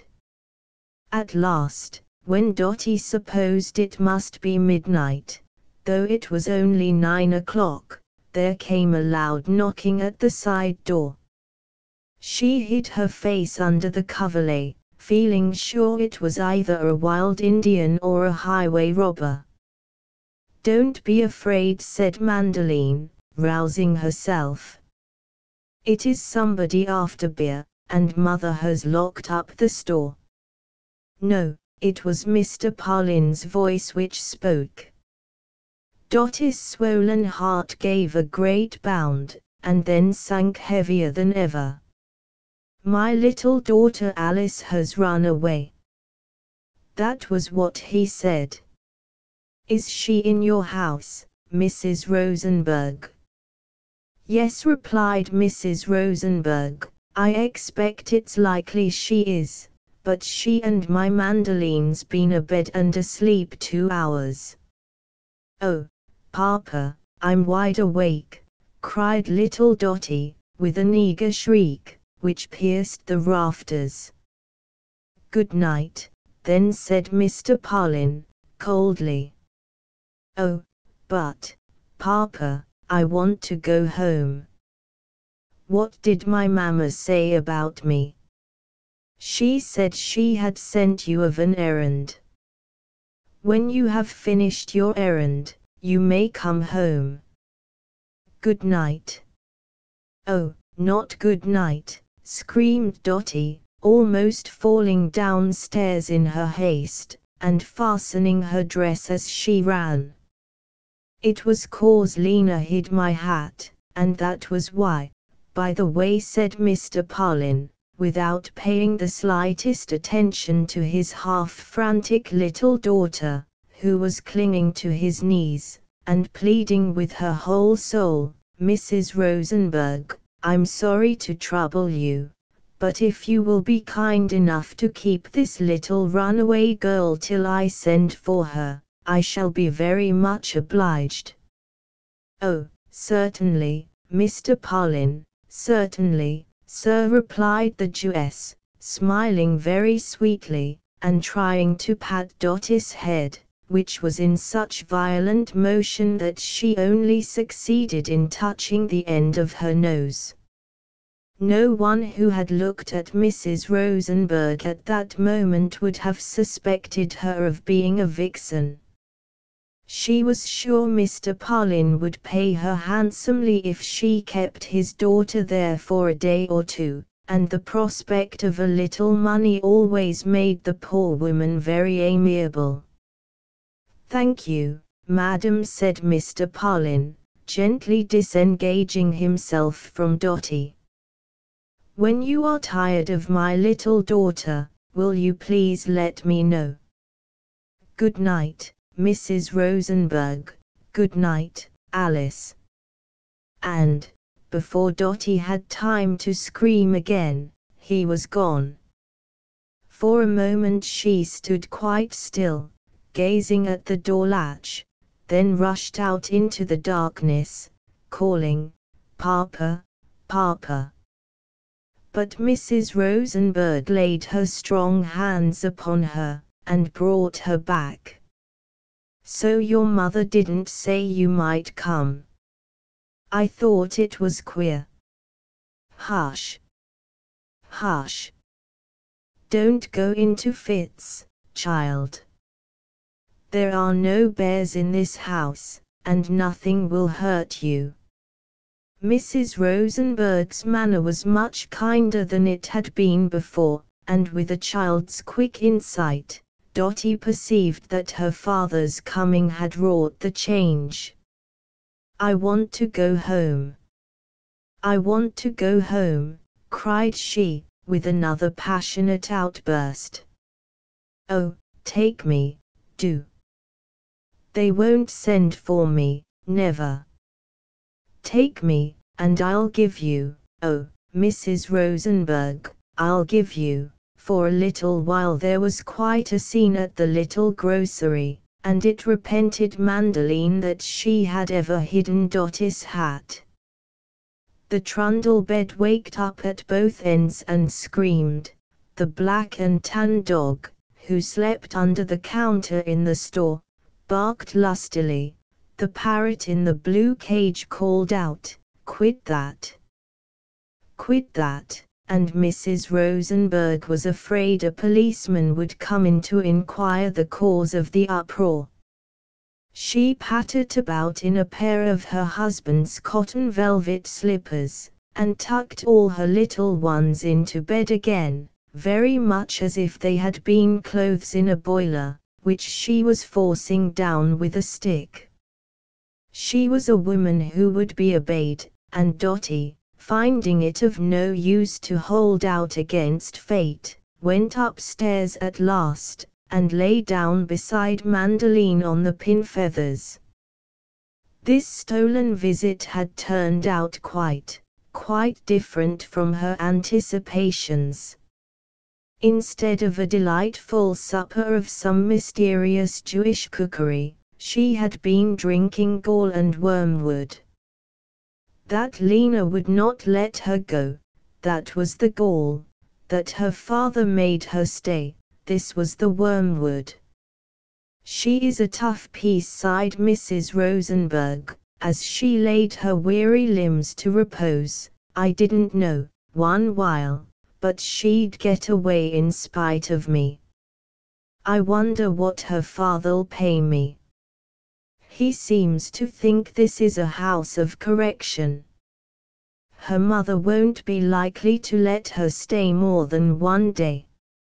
I'll have on the best tablecloth for breakfast, and along in the forenoon I'll fetch out some macaroni cakes and lager beer. That'll coax her up, I guess." Just then Mrs. Rosenberg downstairs and Dotty Dimple upstairs both fell asleep. One dreamed of running away and being chased by a dog with a hat on his head, who barked good night as fiercely as a bite. The other dreamed of money and brown sugar. And all the while the rats were treating themselves to nibbles of wood, but nobody heard them. "Be careful, old rats. Your teeth have done mischief before now." The night wore on to the wee small hours, when a loud noise like a cannon startled Mrs. Rosenberg, or was she dreaming? The house was shaken to its very foundation, as if by an earthquake, and the room was full of smoke. She was just running for the children, when the building fell together with a crash.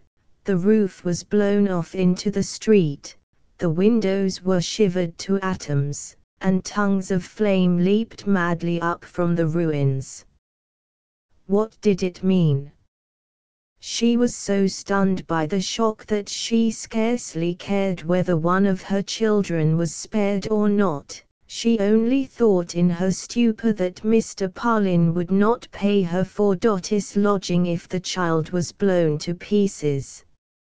"I know how it happened," said she, twitching at her own hair to arouse herself. "Just as Abraham always said. The rats have been nibbling matches in the store, they've burned a hole through the floor, and set fire to that keg of gunpowder." Yes, that's it. Chapter 7. Playing prisoner. I know how it happened, too. It came of eating sausages. Mrs. Rosenberg, after she was fairly awake, felt so uncomfortable and oppressed that she went upstairs to see if the children were safe. Really, I do suppose those little human souls were precious to her, after all. There lay Mandoline and Dotty side by side on the buffalo skins, and the Jewish mother stood in her short night dress, with a tallow candle in her hand, and gazed at them tenderly. That horrible dream had stirred the fountain of love in her heart. They made a beautiful picture, and there was no stain of evil in their young faces. It seems as if the angel of sleep flies away with loads of naughtiness, for he always leaves sleeping children looking very innocent. But, alas! He brings back next morning all he carried away, for the little ones wake up with just as bad hearts as ever. "What sweet little creatures," said Mrs. Rosenberg, bending over and kissing them both, "just like seraphims right out of the clouds." "Softly, madam. If a drop of tallow should fall on them from that candle, they might take to themselves wings and fly away.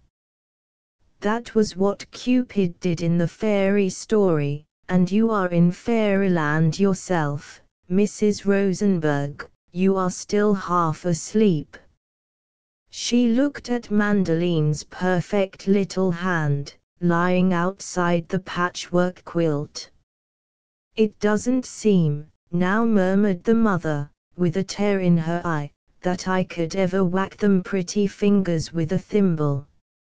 I do believe if I wasn't pestered to death with everything under the sun to do, I might be kind-o halfway decent." Perhaps the poor woman told the truth. I think she did. Then, as she stood there, she breathed a little prayer without any words, not for herself, for she did not suppose God would hear that, but for her children that she banged about every day of their lives. She was not really a Jewess, for she had no religion of any sort, and never went to church, but I am sure of one thing, little overworked Mandoline would have loved her mother better if she had known she ever prayed for her at all. In the morning, Mrs. Rosenberg was just as hard and sharp as ever. She could not stop to be pleasant. Dotty longed to get away, but she was an exile from her own dear home. Whither could she turn? It was a cold morning, and the children ran downstairs half-dressed and shivering. Dotty spread out her stiff, red fingers before the cooking stove like the sticks of a fan. "Oh, thought she, drearily, I wish I could see the red coals in our grate." My mamma wouldn't let me go to the table with such hair as this. Prudity say 'twas harum scarum. But I can't brush it with a tooth comb, thout any glass, so there. Dotty's curly hair looked quite as respectable as Mandoline's. Mrs. Rosenberg was far too busy to attend to her children's heads. They might be rough on the outside, and full of mischief inside, but she could not stop to inquire. "What a dreadful nice breakfast," remarked Judith, rubbing her hands, and accidentally hitting little Jacob, who forthwith spilled some molasses on the clean tablecloth, and had his ears boxed in consequence. It was very evident that this meal was a much better one than usual, a sort of festival in honor of Dotty Dimple. Dutch cheese and pickles, mince pie and gingerbread, pepper boxes and green and yellow dishes, were mixed up together as if they had been stirred about with a spoon. Dotty had not intended to eat a mouthful, but after her light supper of the night before, she was really hungry, and, in spite of her best resolves, the fish hash and corn cake gradually disappeared from her plate. After breakfast she felt more resigned, and armed herself to meet her fate. Mrs. Rosenberg graciously allowed Mandoline to lay aside her tedious knitting, and give her undivided attention to her guest. Dotty had no heart for play. "Seems as if I should choke in this house," said she. "Let's go out and breathe."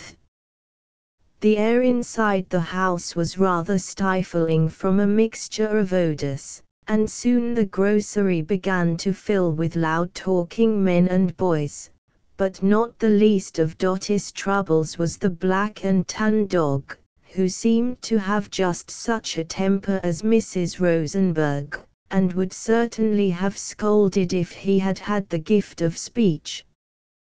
The two little girls went out to walk, but it was not a pleasant street where the grocery stood, and Dotty hurried on to a better part of the town. They fluttered about for 2 or 3 hours, as aimless as a couple of white butterflies. Just as they were turning to go back to the dismal little grocery, which Dotty thought was more like a lock-up than ever, they met Mr. and Mrs. Parlin riding out in a carriage. Illustration: Dotty and the black and tan dog.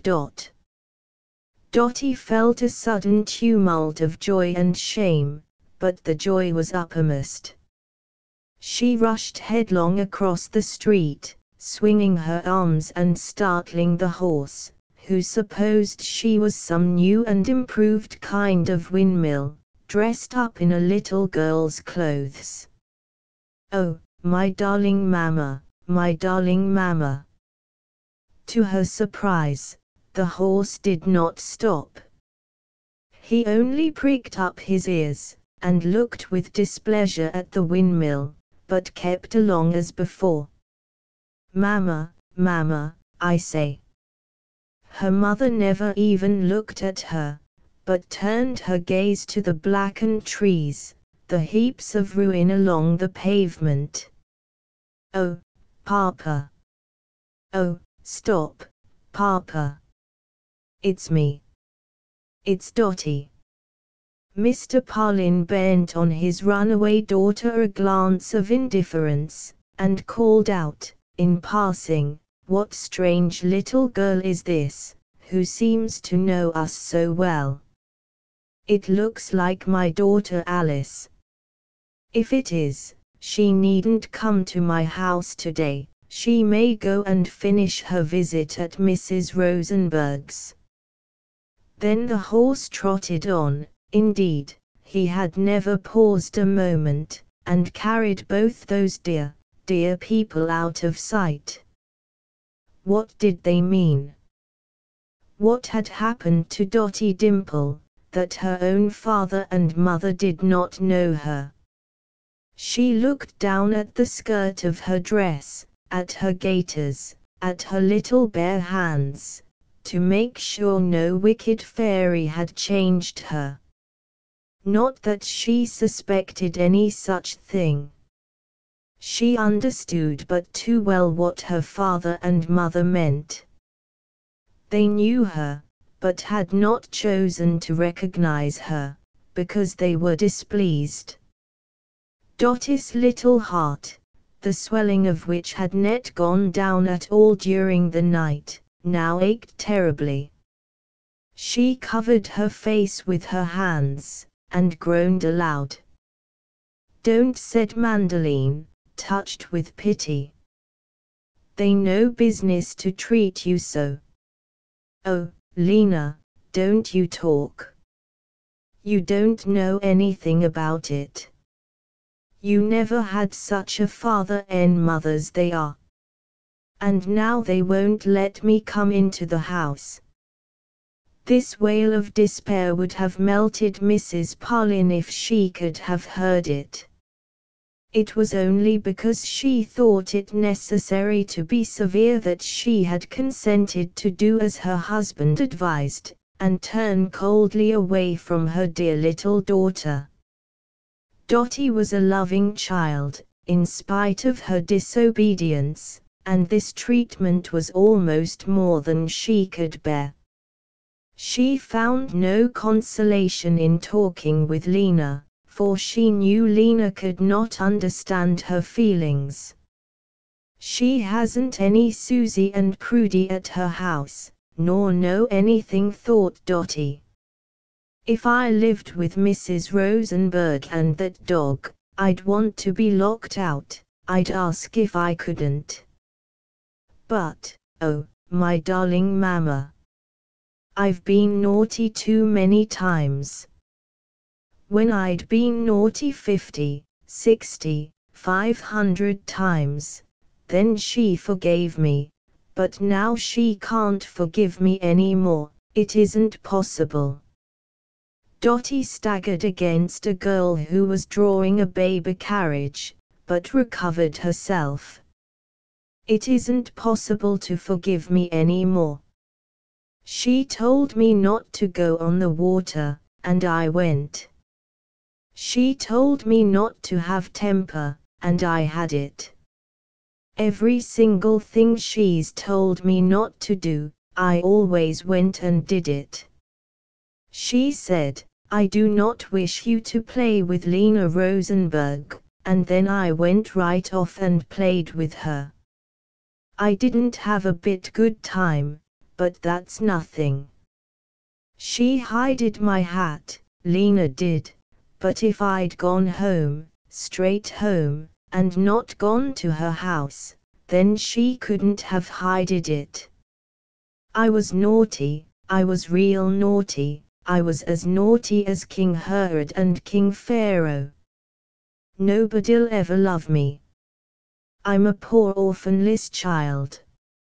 I've got a father and mother, but it's just the same as if I didn't, for they won't let me call 'em by it. Oh, they didn't die, but they won't be any father and mother to me. What strange little girl is this? That's what my papa said. Looks like my daughter Alice. Oh, I wish I could die." Come, said Lena, "let's go home.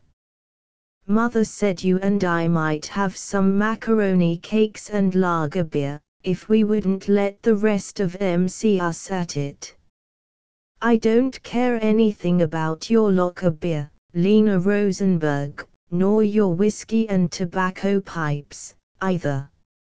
Nor neither, nor nothing," added the desolate child, standing stock still with the back of her head against a pile of bricks, her eyes closed, and her hands folded across her bosom. There, you're a pretty sight now, Dotty Dimple. What if you should freeze so? Come along and behave. I can't. If you don't, Dotty, I'll have to go into that barber's shop. I know the man, and I'll make him carry you home piggyback. Well, if I've got to go, I'll go, said Dotty, rousing herself, and starting, but I'd rather be dead, over and over, and wish I was, so there. Chapter 8. Playing Thief. This day was the longest one to be found in the almanac. It was longer than all the line of railroad from Maine to Indiana and back again. Dotty shut her lips together, and suffered in silence. But when the afternoon was half spent, it suddenly occurred to her that if she did not go home she should die. Soldiers had died of homesickness, for she had heard her father say so. She had not been able to swallow a mouthful of dinner, and that fact was of itself rather alarming. Perhaps I'm going to have the typo. Anyway, my head aches. Besides, my papa didn't say I mustn't go home. He said I must finish my visit, and I have. Oh, I've finished that all up, ever and ever so long ago. She and Mandeline went out again to breathe, Mrs. Rosenberg giving her daughter a warning glance from the doorway, which meant, "Be watchful, Mandy," for the look of fixed despair on the little prisoner's face gave the woman some anxiety lest she should try to escape. The unhappy child walked on in silence, twisting a lock of her front hair, and looking up at the sky. A few soft snowflakes were dropping out of the clouds. Every flake seemed to fall on her heart. Winter was coming. It was a grey, miserable world, and she was left out in the cold. She remembered she had been happy once, but that was ages ago. It wasn't likely she should ever smile again, and as for laughter, she knew that was over with her forever. Susie and Prudy were at home, making bookmarks and cologne mats. They could smile, for they hadn't run away. I shouldn't think my mamma'd care if I went in at the back door, thought Dotty, meekly. If she locks me out, I can lie down on the steps and freeze. But the question was, how to get away from Mandeline, who had her in charge like a sharp-eyed sheriff. "That's the street I turn to go to my house, isn't it, Lena?" asked she, quickly. "I shan't tell you, Dotty Dimple." "Why do you ask?" "'Cause I'm going home. I'm sick. Goodbye." "But you mustn't go a step, Dotty Dimple." "Yes, I shall. You're not my mamma, Lena Rosenberg. You mustn't tell me what to do." "Well, I'm going everywhere you go, Dotty, but I shan't say whether it's the way to your house, or the way to Boston, and you don't know." Dotty was not to be so easily baffled. "I don't know myself, Lena Rosenberg, but if you're so mean as not to tell, I can ask somebody else that will tell, don't you see?" This was a difficulty which Lena had not provided for. She was very sorry Dotty had come out to breathe.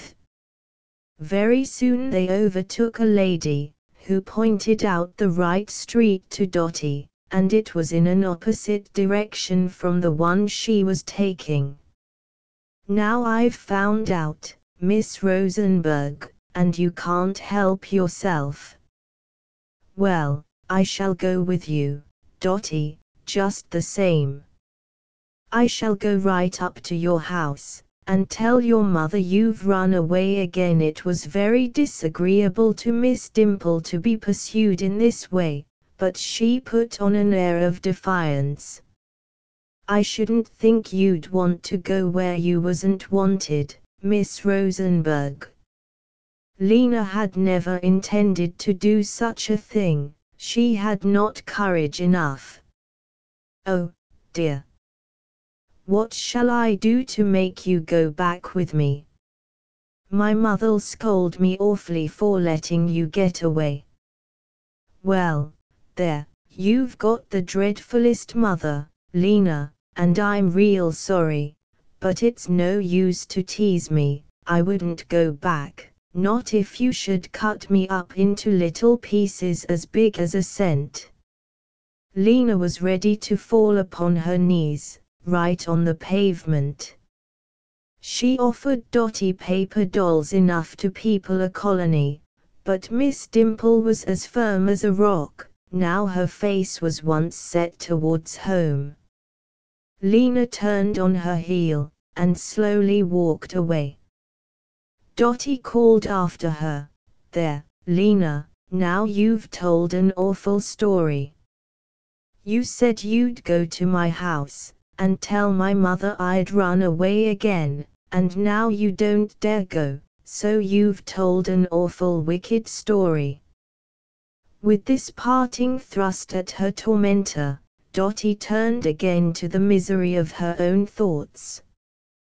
Her home was already in sight, but the uncertainty as to her reception there made her little feet falter in their course. Her head sank lower and lower, till her chin snuggled into the hollow of her neck, and her eyes peered out keenly from under her hat, to make sure no one was watching. There was a dooryard on one side of the house. She touched the gate latch as gently as if it had been a loaded gun, and crept noiselessly along to the side door. Here she paused. Her heart throbbed loudly, but, in spite of that, she could hear Nora walking about, and rattling the covers of the stove, as she put in coal. Dotty's courage failed. What if Nora should make believe she didn't know her, and shut the door in her face? I can't see Nora, and hear her say, "What strange little girl is this? It looks like our Alice, but it can't be any such a child. No, I can't see anybody. I've finished my visit, I have a right to come home, but p'raps they won't think so. I feels if I wasn't half so good as tea grounds, or coffee grounds, or potato skins," continued she, with a pang of despair. "I know what I'll do, I'll go down cellar, that's where the rats stay, and if I am bad, I hope I'm as good as a rat, for I don't bite." One of the cellar windows had been left out in order to admit coal.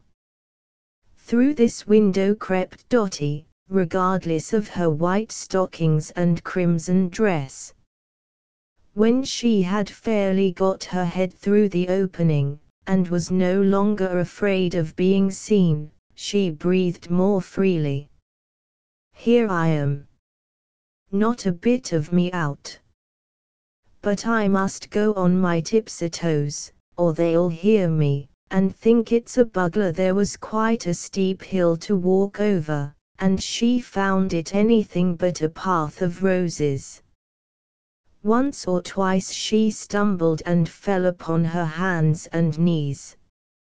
"Seems to me," said she, drawing out her foot, which had sunk above the ankle in coal, "seems to me I have as many feet as a caterpillar." But she kept on, down the hill of difficulty, till she reached solid ground. It was not a very cheerful apartment, that is certain.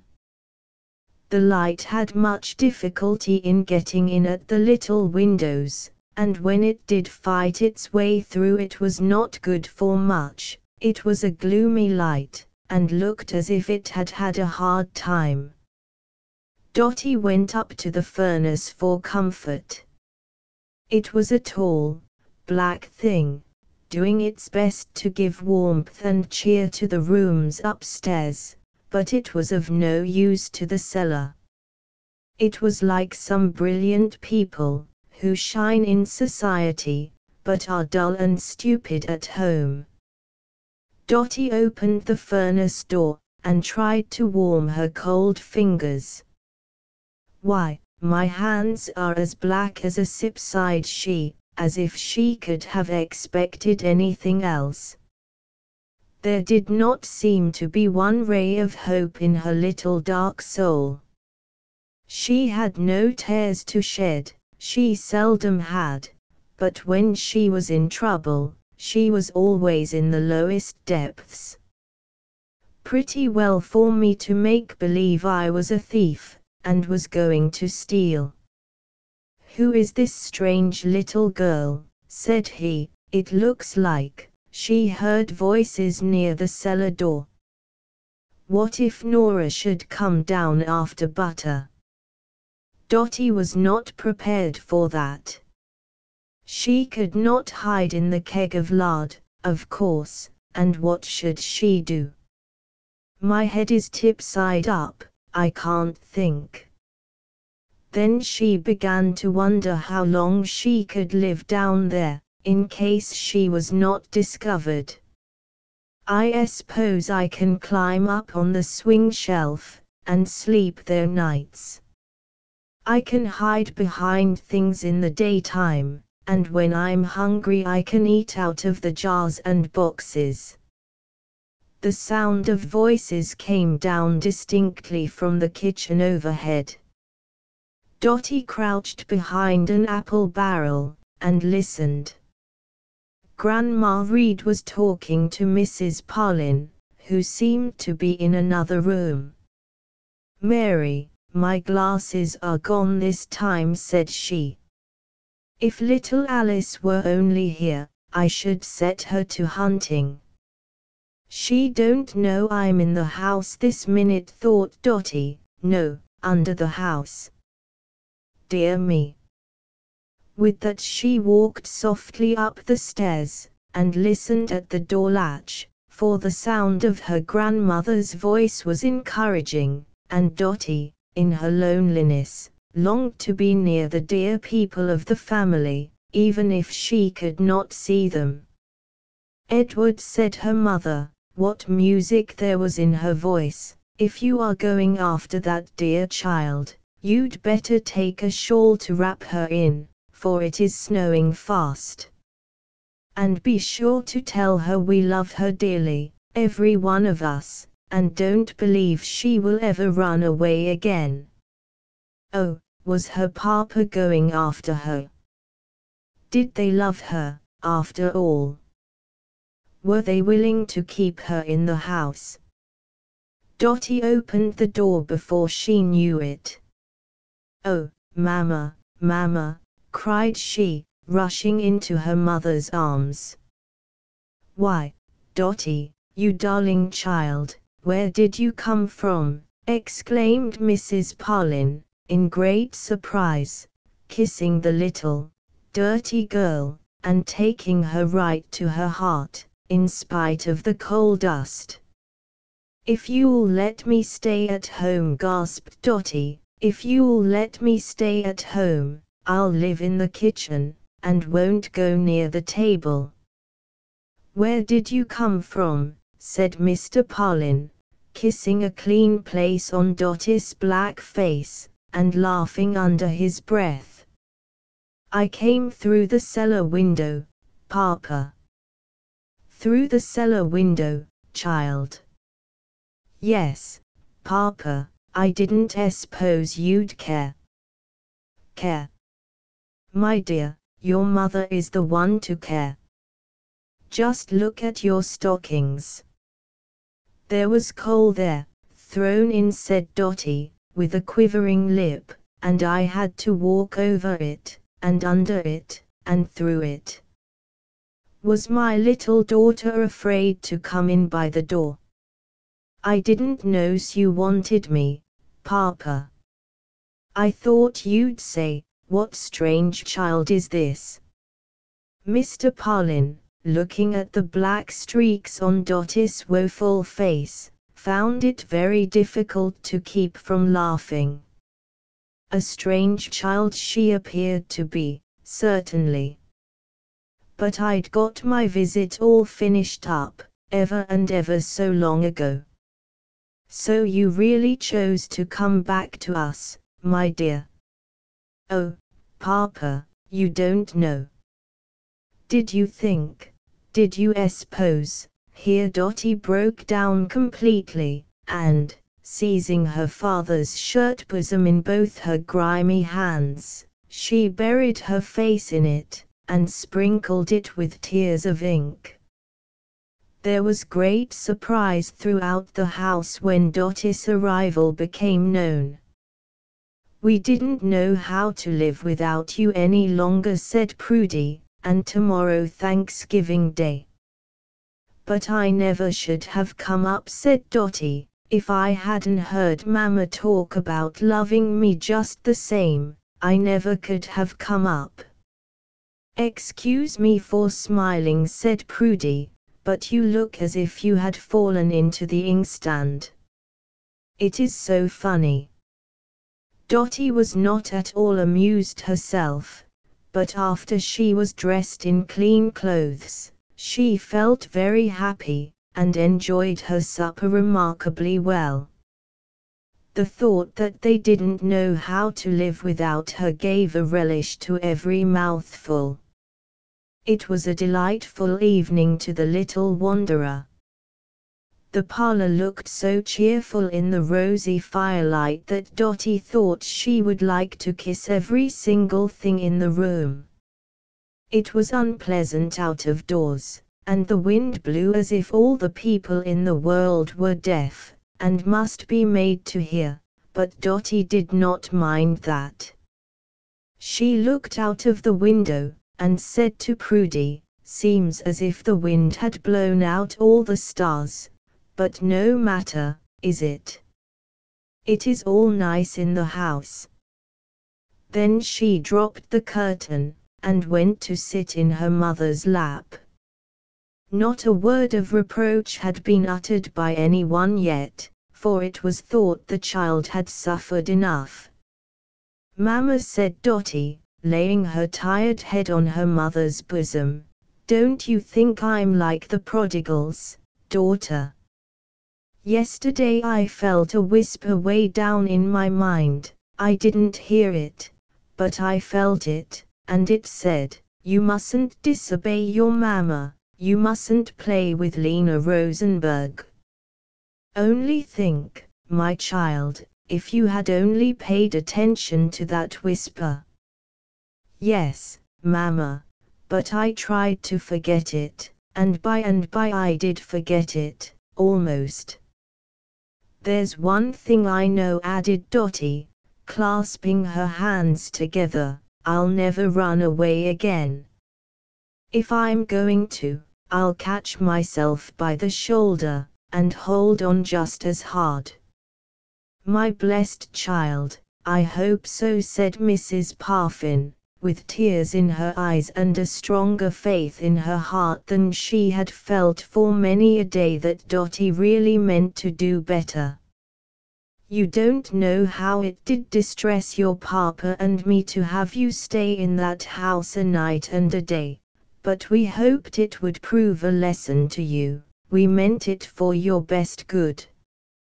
To make sure the lesson would not be forgotten, Prudy read her little sister a private lecture. She had written it that afternoon with carmine ink, on the nicest of tinted paper. Dotty received it very humbly, and laid it away in the rosewood box with her precious things. Asterisk asterisk asterisk asterisk asterisk Prudy's lecture. "We must keep good company, Dotty, or not any at all. This is a fact. Even an apple is known by the company it keeps. Grandpa Pauline says if you put apples in a potato bin, they won't taste like apples, they'll taste like potatoes. Sometimes I think, Dotty, you'd be as good and nice as a summer sweeting, if you wouldn't play with naughty children, like Lena Rosenberg, but if you do, you'll be like a potato, as true as you live. Finesse. Chapter 9. Thanksgiving Day. The next day was Thanksgiving. Dotty wakened in such a happy mood that it seemed to her the world had never looked so bright before. I don't think, Prudy, it's the turkey and plum pudding we're going to have that makes me so happy, do you? What is it, then, little sister? Oh, it's 'cause I dreamed I was sleeping on pin feathers, and woke up and found I wasn't. You'd feel a great deal better, Prudy, if you'd run away and had such a dreadful time, and got home again. I don't want to try it, returned Prudy, with a smile. No, but it's so nice to be forgiven, said Dotty, laying her hand on her heart. It makes you feel so easy right in here. A fear came over Prudy that the little runaway had not been punished enough. But Dotty went on, it makes you feel as if you'd never be naughty again. Now, if my mamma was always thumping me with a thimble, and scolding me so as to shake the house, I shouldn't care, but when she is just like an angel, and forgives me, I do care. I'm so glad, Dotty. I think, honestly, Mother's the best woman that ever lived.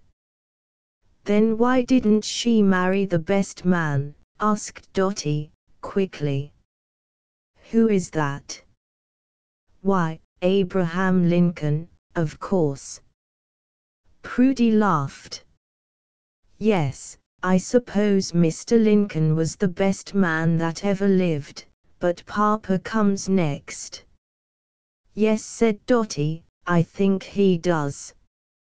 And I'd rather have him for a father than Mr. Lincoln, 'cause I'm better acquainted with him. I shouldn't dare kiss the president. And, besides that, he's dead. You're a funny girl, Dotty, but what you say is true. Everything happens just right in this world. Does it? Said Dotty, wrinkling her brows anxiously. Does it, now truly? Yes, indeed, Dotty. Anybody wouldn't think so, but it does. Then I suppose it happens right for me to be a bad girl and run away. No, indeed, Dotty, because you can help it. Everything is right that we can't help, that's what I mean. Then I suppose 'twas right for me to crawl through the cellar window, said Dotty, for I'm sure I couldn't help it. Oh, dear me. You ask such queer questions that I can't answer them, Dotty Dimple. All I know is this, everything happens just right in this world, when you can't help it. With which sage remark Prudy stepped out of bed, and began to dress herself. Dotty planted her elbow in the pillow, and leaned her head on her hand. I don't believe it happens just right for Mrs. Rosenberg to keep that dog, or to thump so with a thimble, but, then, I don't know. I'm hurrying to get dressed, said Prudy. The first bell has rung. Why, I never heard it, cried Dotty, springing up. I wouldn't be late today for anything.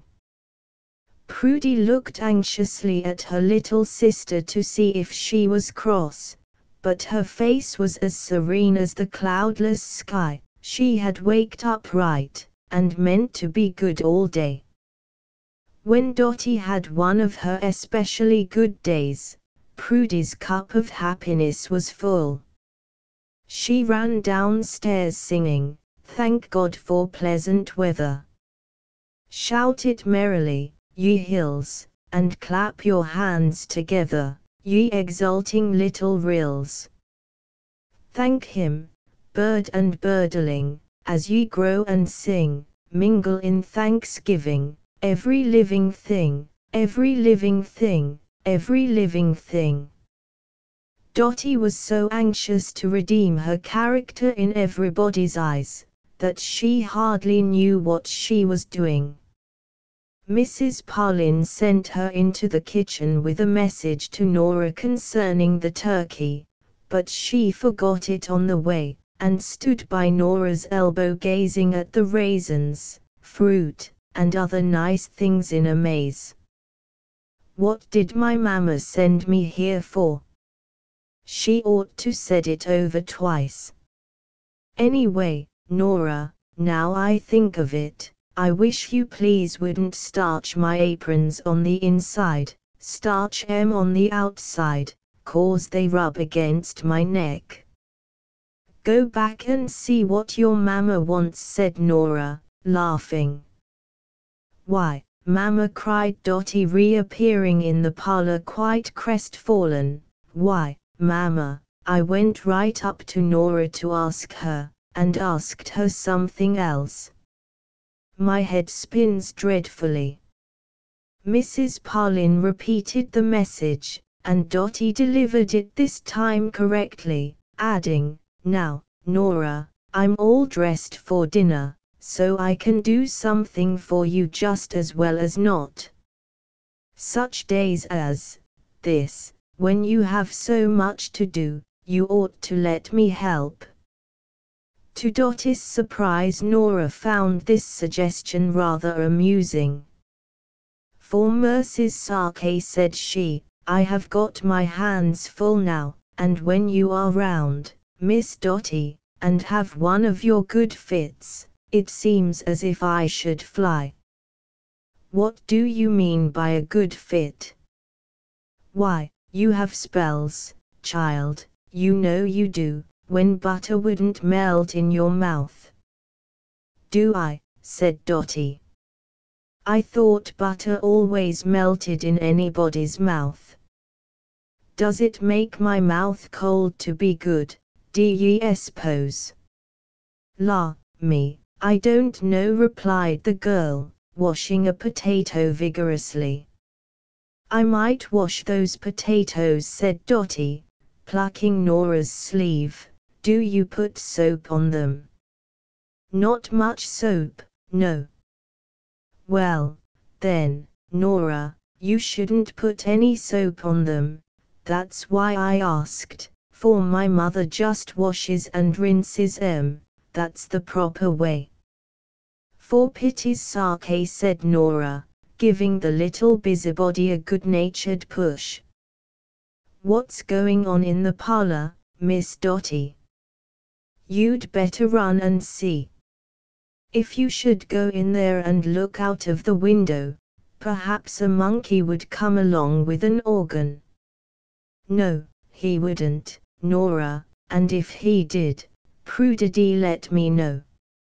As Dotty spoke, she was employed in slicing an onion, while the tears ran down her cheeks, but a scream from Nora caused her to drop the knife. "Why, what is it?" said Dotty. "Ah! It's some horrid little animal crawling down my neck." "Let me get him," cried Dotty, seizing a pin, and rushing at poor Nora, who tried in vain to ward off the pin and at the same time catch the spider. "Will you let me alone, child?" "No, no, I want the bug myself," cried Dotty, pricking Nora on the cheek. "Want the bug? Yes, mayn't I stick him through with a pin from ear to ear?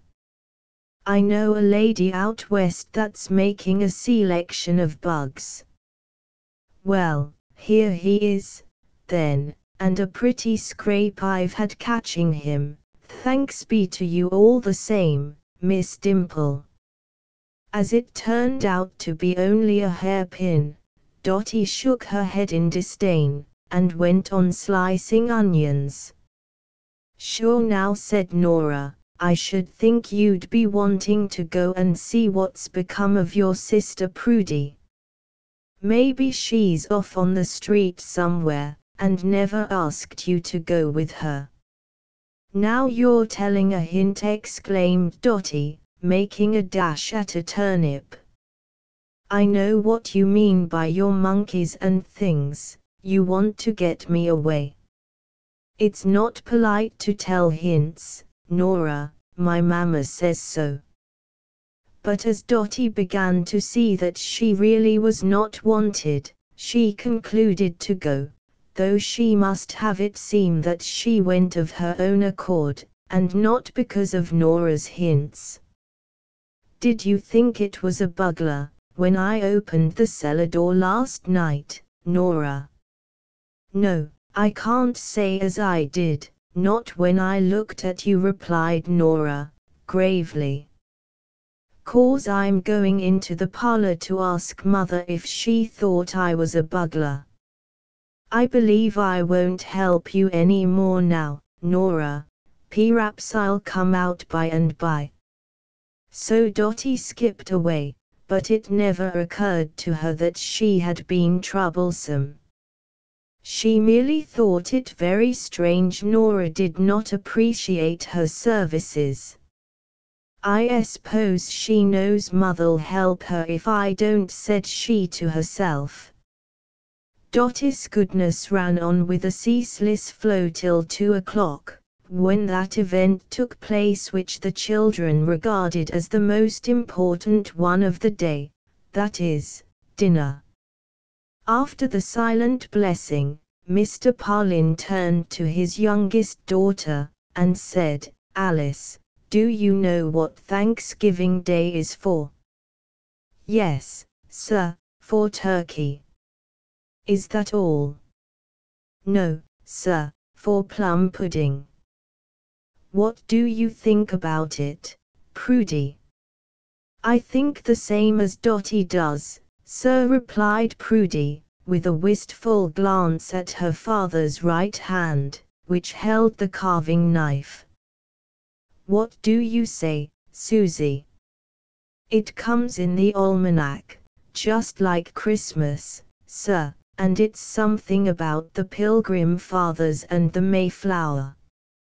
No, Susie, it does not come in the almanac, the governor appoints it. We have so many blessings that he sets apart one day in the year in which we are to think them over, and be thankful for them. Yes, sir, yes, indeed, said Susie. I always knew that.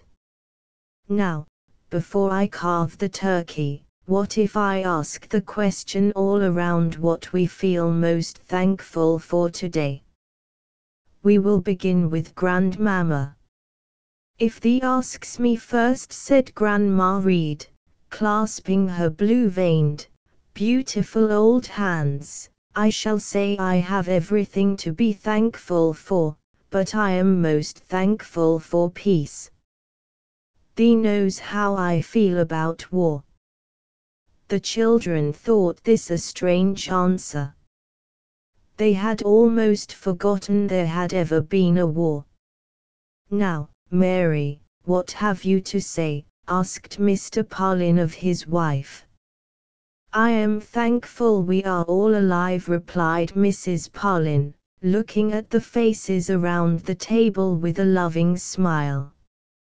And I, said her husband, am thankful we all have our eyesight. I have thought more about it since I have visited 2 or 3 blind asylums. Susie, it is your turn. Papa, I'm thankful I'm so near 13. Mr. Parlin stroked his mustache to hide a smile. He thought that was a very young remark. And you, Prudy? I'm so thankful, sir, answered Prudy, reflecting a while, so thankful this house isn't burnt up. Bless your little grateful heart, said her father, leaning towards her and stroking her cheek. For my part, I think one fire is quite enough for one family. I confess I never should have dreamed of being thankful we hadn't had to. Well, Alice, what have you to say? I see a thought in your eyes.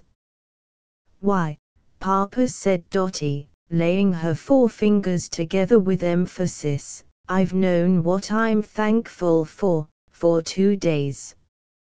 I'm thankful Mrs. Rosenberg isn't my mother. A smile went around the table. But, Papa, I am, truly. What should I want her for a mother for? Indeed, I see no reason, my child, since you already have a pretty good mother of your own. Pretty good, Papa, said Dotty, in a tone of mild reproof. Why, if she was your mother, you'd think she was very good. Granted, returned Mr. Parlin. I don't think you'd like it, Papa, to have her scold so she shakes down cobwebs. Who? Mrs. Rosenberg. Never mind, my dear, we will not discuss that woman today. I hope you will sometime learn to pronounce her name. Then followed a few remarks from Mr. Parlin upon our duty to the giver of all good things, after which he began at last to carve the turkey. The children thought it was certainly time he did so. They were afraid their thankfulness would die out if they did not have something to eat pretty soon. Chapter X, Grandma's Old Times.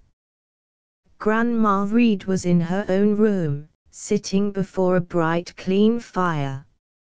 She did not like coal, she said it made too much dust, so she always used wood. She sat with her knitting in her hands, clicking the needles merrily while she looked into the coals. People can see a great many things in coals. Just now she saw the face of her dear husband, who had long ago been buried out of her sight. He had a broad-brimmed hat on his head, and there was a twinkle in his eye, for he had been a funny man, and very fond of a joke. Grandma smiled as if she could almost hear him tell one of his droll stories. Presently there was a little tap at the door. Grandma roused herself, and looked up to see who was coming. "Walk in," said she, "walk in, my dear." "Yes, we came a purpose to walk in," replied a cheery voice, and Prudy and Dotty danced into the room, with their arms about each other's waists. "Oh, how pleasant it seems in here," said Prudy. "When I come in I always feel just like singing." "Thee likes my clean fire," said Grandma. "But, Grandma," said Dotty, "I should think you'd be lonesome 'thout anybody but you." "No, my dear, the room is always full." "Full, Grandma?" "Yes, full of memories." The children looked about, but they only two sunny windows, a table with books on it, and a pair of gold fishes, a bed with snowy coverlay and very high pillows, a green and white carpet, a mahogany bureau and washing stand, and then the bright fireplace, with a marble mantel, and a pair of gilt bellows hanging on a brass nail. It was a very neat and cheerful room, but they could not understand why there should be any more memories in it than there were in any other part of the house. "We old people live very much in the past," said Grandma Reed. "Prudence, if thee'll pick up this stitch for me, I will tell thee what I was thinking of when thee and Alice came in." So saying, she held out the little red mitten she was knitting, and at the same time took the spectacles off her nose and offered them to Prudy. Prudy laughed. "Why, Grandma, my eyes are as good as can be. I don't wear glasses." "So thee doesn't, child, surely." "I am a little absent-minded, thinking of old Mother Knowles." "Grandma, please wait a minute," said Prudy, after she had picked up the stitch. "If you are going to tell a story, I want to get my work and bring it in here. I'm in a hurry about that scarf for Mama." "It is nothing very remarkable," said Mrs. Reed, as the children seated themselves, one on each side of her, Prudy with her crocheting of violet and white worsted, and Dotty with nothing at all to do but play with the tongs. "Mrs. Knowles was a very large, fleshy woman, who lived near my father's house when I was a little girl. Some people were very much afraid of her, and thought her a witch. Her sister's husband, Mr. Palmer, got very angry with her, and declared she bewitched his cattle." "Did she, Grandma?" asked Dotty. "No, indeed, my dear, and couldn't have done it if she had tried." "Then 'twas very unpertinent for him to say so. He was a lazy man, and did not take proper care of his animals. Sometimes he came over and talked with my mother about his trials with his wicked sister-in-law. He said he often went to the barn in the morning, and found his poor cattle had walked up to the top of the scaffold, and how could they do that unless they were bewitched?" "Did they truly do it?" "I know what the scaffold is. It is a high place where you look for hens' eggs." "Yes, I believe the cows did really walk up there, but this was the way it happened, Alice. They were not properly fastened into their stalls, and being very hungry, they went into the barn for something to eat. The barn floor was covered with hay, and there was a hill of hay which led right up to the scaffold, so they could get there well enough without being bewitched." "Did your mother, my great-grandma, believe in witches?" asked Prudy.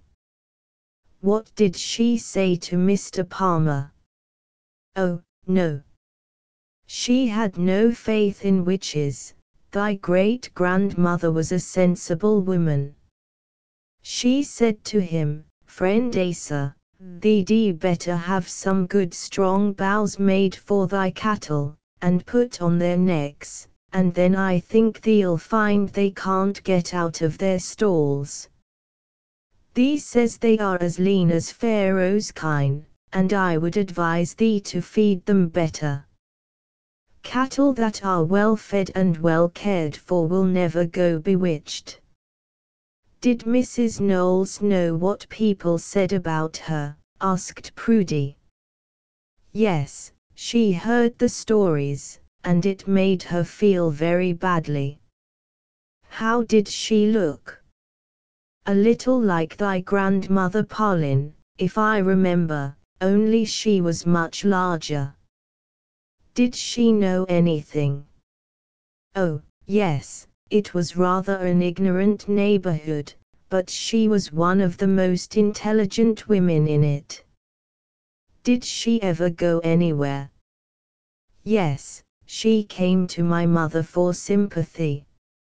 I remember just how she looked in her tow and linen dress, with her hair fastened at the back of the head with a goose quill. There, there, cried Dotty, that was what made Em call her a witch. Oh, no, a goose quill was quite a common fashion in those times, and a great deal prettier, too, than the waterfalls thee sees nowadays.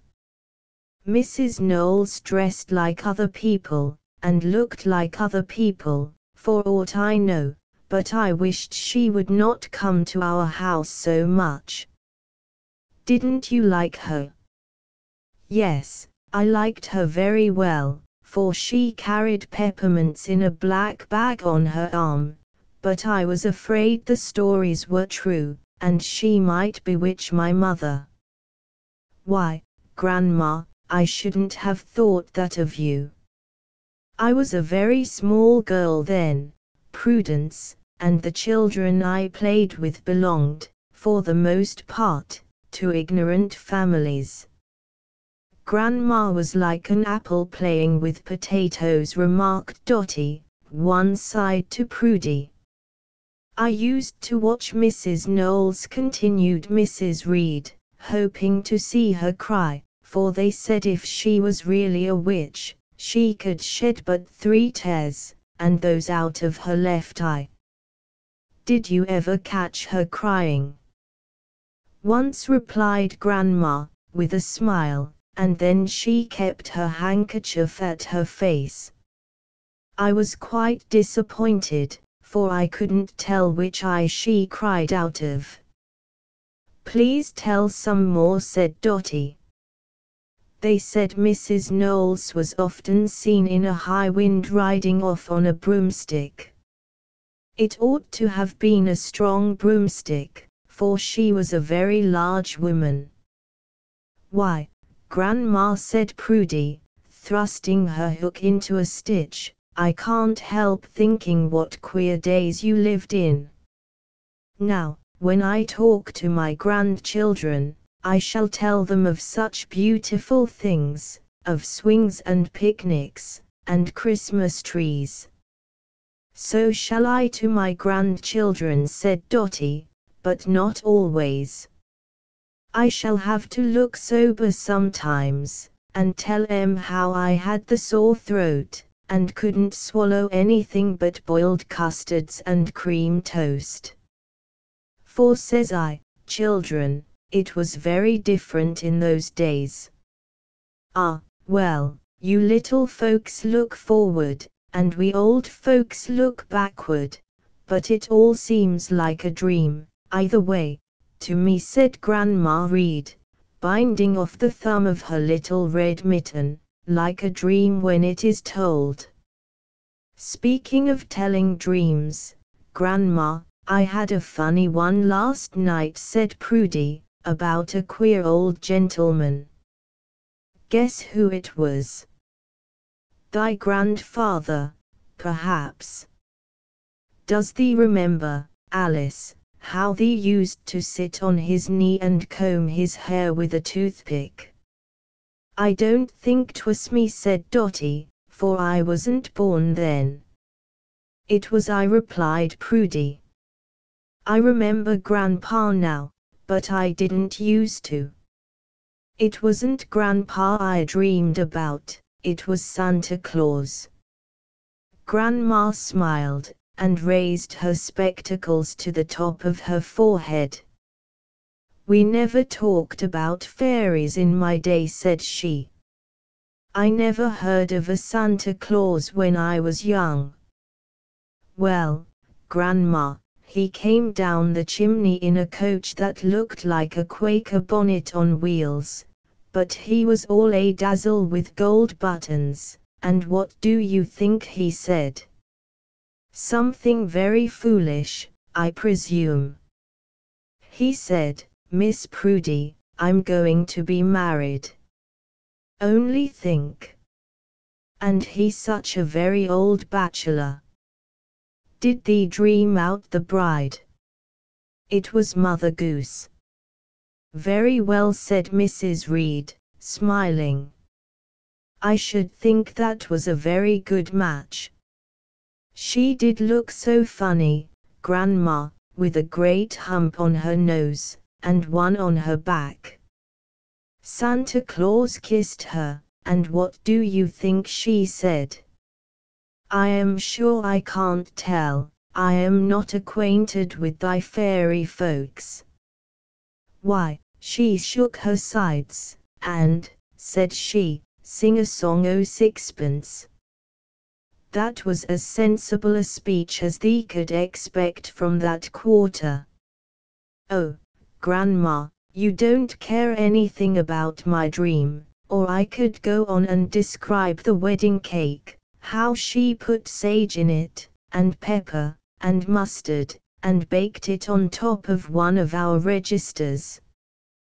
What do you suppose made me dream such a queer thing? Thee was probably thinking of thy mother's wedding.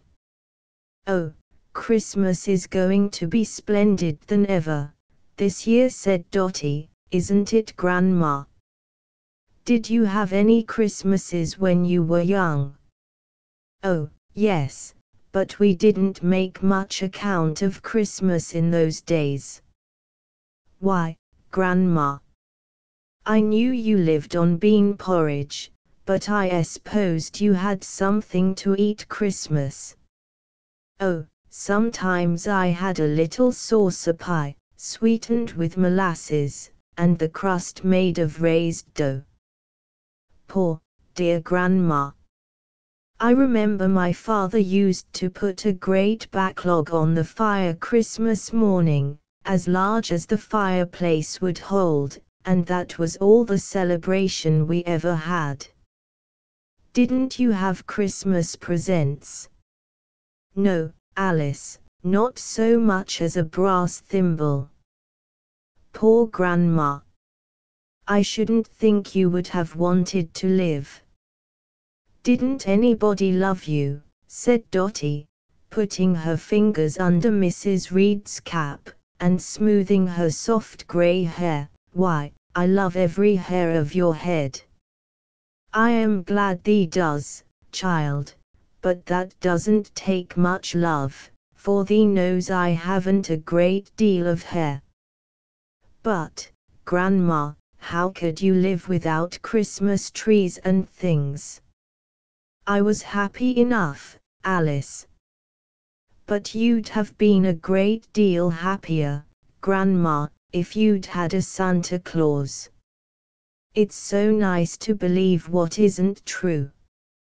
Ah! Does thee think so? There was one thing I believed when I was a very little girl, and it was not true. I believed the cattle knelt at midnight on Christmas Eve. Knelt, Grandma. For what? Because our blessed Lord was born in a manger. But they didn't know that. Cows can't read the Bible. It was an idle story, of course, like the one about Mother Knowles. A man who worked at our house, Israel Grossman, told it to me, and I thought it was true. Here Grandma gazed into the coals again. She could see Israel Grossman sitting on a stump, whittling a stick and puffing away at a short pipe. Well, children, said she, I have talked to you long enough about things that are past and gone. On the whole, I don't say they were good old times, for the times now are a great deal better. Yes, indeed, said Prudy. Except one thing, added Grandma, looking at Dotty, who was snapping the tongs together. Children had more to do in my day than they have now. Dotty blushed. Grandma, said she, I'm having a playtime, you know, 'cause there can't anybody stop to fix my work. But Mother says after the holidays I'm going to have a stint every day. That's right, dear. Now thee may run down and get me a skein of red yarn thee will find on the top shelf in the nursery closet. Chapter 11. The Crystal Wedding. As the crystal wedding was to take place on the 24th, the Christmas tree was deferred till the night after, and was not looked forward to by the children as anything very important. They had had a tree, a kris-kringle, or something of the sort, every year since they could remember, but a wedding was a rare event, and to be a bridesmaid was as great an honor, Dotty thought, as could be conferred on any little girl. It was intended that everything should be as much as possible like the original wedding. Mrs. Parlin was to wear the same dove-colored silk and bridal veil she had worn then, and Mr. Parlin the same coat and white vest, though they were decidedly out of fashion by this time. Dotty was resplendent in a white dress with a long sash, a gold necklace of her Aunt Eastman's, and a pair of white kid slippers. Johnny was to be groomsman.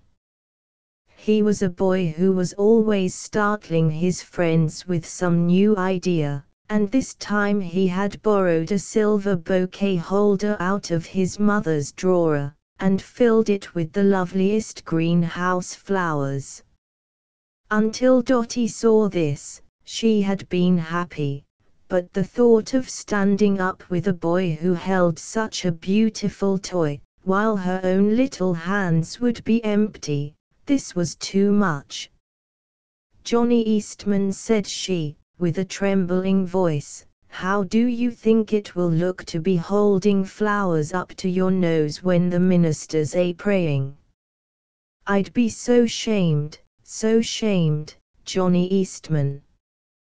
"You want the bouquet holder yourself, you know you do," said Johnny. "You want everything you see, and if folks don't give right up to you, then there's a fuss." "Oh, Johnny Eastman, I'm a girl, and that's the only reason why I want the bouquet holder. If I was a boy, do you suppose I'd touch such a thing? But I can't wear flowers in the buttonholes of my coat, now can I?" The children were in the guest chamber, preparing to go down, all but Prudy, who was in her mother's room, assisting at the bridal toilet. Susie and Flossie stood before the mirror, and Johnny and Dotty in the middle of the room, confronting each other with angry brows. Illustration: Dotty wants the bouquet holder. "Hush, children," said Susie, in an absent-minded way, and went on brushing her hair, which was one of the greatest trials in the whole world, because it would not curl. She had frizzed it with curling tongs, rolled it on papers, and drenched it with soap suds till there was danger of its fading entirely away, still it was as straight, after all, as an Indian's. "Oh, dear," said she, "it sticks up all over my head like a skein of yarn." "Children, do hush. Mine curls too tight, if anything, don't you think so?" asked Flossie, trying not to look as well satisfied with herself as she really felt, adding, by way of parenthesis, "Johnny, why can't you be quiet? Are you going to let me have that bouquet holder, Johnny Eastman?" continued Dotty, "'cause I'm going right out to tell my mother. She'll be so mortified she'll send you right home, if you hold it up to your nose, when you are nothing but a boy." "That's right, Dimple, run and tell." "No, I shan't tell if you'll give it to me. And you may have one of the roses in your buttonhole, Johnny. That's the way the pickings man had, "That wrote little Nell, father said so. There's a good boy, now." Dotty dropped her voice to a milder key, and smiled as sweetly as the bitterness of her feelings would permit. She had set her heart on the toy, and her white slippers, and even her gold necklace, dwindled into nothing in comparison. "Whose mother owns this bouquet holder, I'd like to know," said Johnny, flourishing it above his head. "And whose father brought home the flowers from the greenhouse?" "Well, anyway, Johnny, 'twas my aunt and uncle, you know, and they'd be willing, 'cause your mamma let me have her necklace 'thout my asking. I can't help it if they're both as willing as 2 peas," cried Johnny. "I'm not willing myself, and that's enough." "Oh, what a boy! I was going to put some of my nightly blue syrup on your handkerchief, and now I won't. See if I do." "I don't want anybody's syrup," retorted Johnny, "tickly such a cross parties as you are. Johnny Eastman, you just stop murdering me." "Murdering you?" "Yes, he that hateth his brother." "I'm not your brother, I should hope." "Well, a cousin's just as bad." "No, not half so bad. I wouldn't be your brother if I had to be a beggar." "And I wouldn't let you be a brother, Johnny Eastman, not if I had to go and be a heathen." "Oh, what a Dotty! Oh, what a Johnny!" By this time the little bridesmaid's face was anything but pleasant to behold. Both her dimples were buried out of sight, and she had as many wrinkles in her forehead as Grandma had. Johnny danced about the room, holding before her eyes the bone of contention, then drawing it away again in the most provoking manner. "If you act so, Johnny Eastman, I won't have you for my bridegroom. And I won't have you for my bride, so there." The moment these words were spoken, the angry children were frightened. They had not intended to go so far. It had been their greatest pleasure for several weeks to think of standing up at a wedding, and they would neither of them have missed the honor on any account. But now, in their foolish strife, they had made it impossible to do the very thing they most desired to do. They had said the fatal words, and were both of them too proud to draw back. There was one comfort. "The wedding will be stopped," thought Dotty. "They can't be married 'thout Johnny and me." The guests were all assembled. It was now time for the bridal train to go downstairs and have the ceremony performed. As the children left the chamber, uncertain what to do, but resolved that whichever stood up the other would sit down, Johnny seized a bottle of panacea which stood on the mantel, and wet the corner of Dotty's handkerchief. "There is some syrup worth having," said he, "stronger than yours. Rub it in your eyes, and see if it isn't." The boy did not mean what he said, or at any rate we will hope he did not, but Dotty, in her haste and agitation, obeyed him without stopping one moment to think.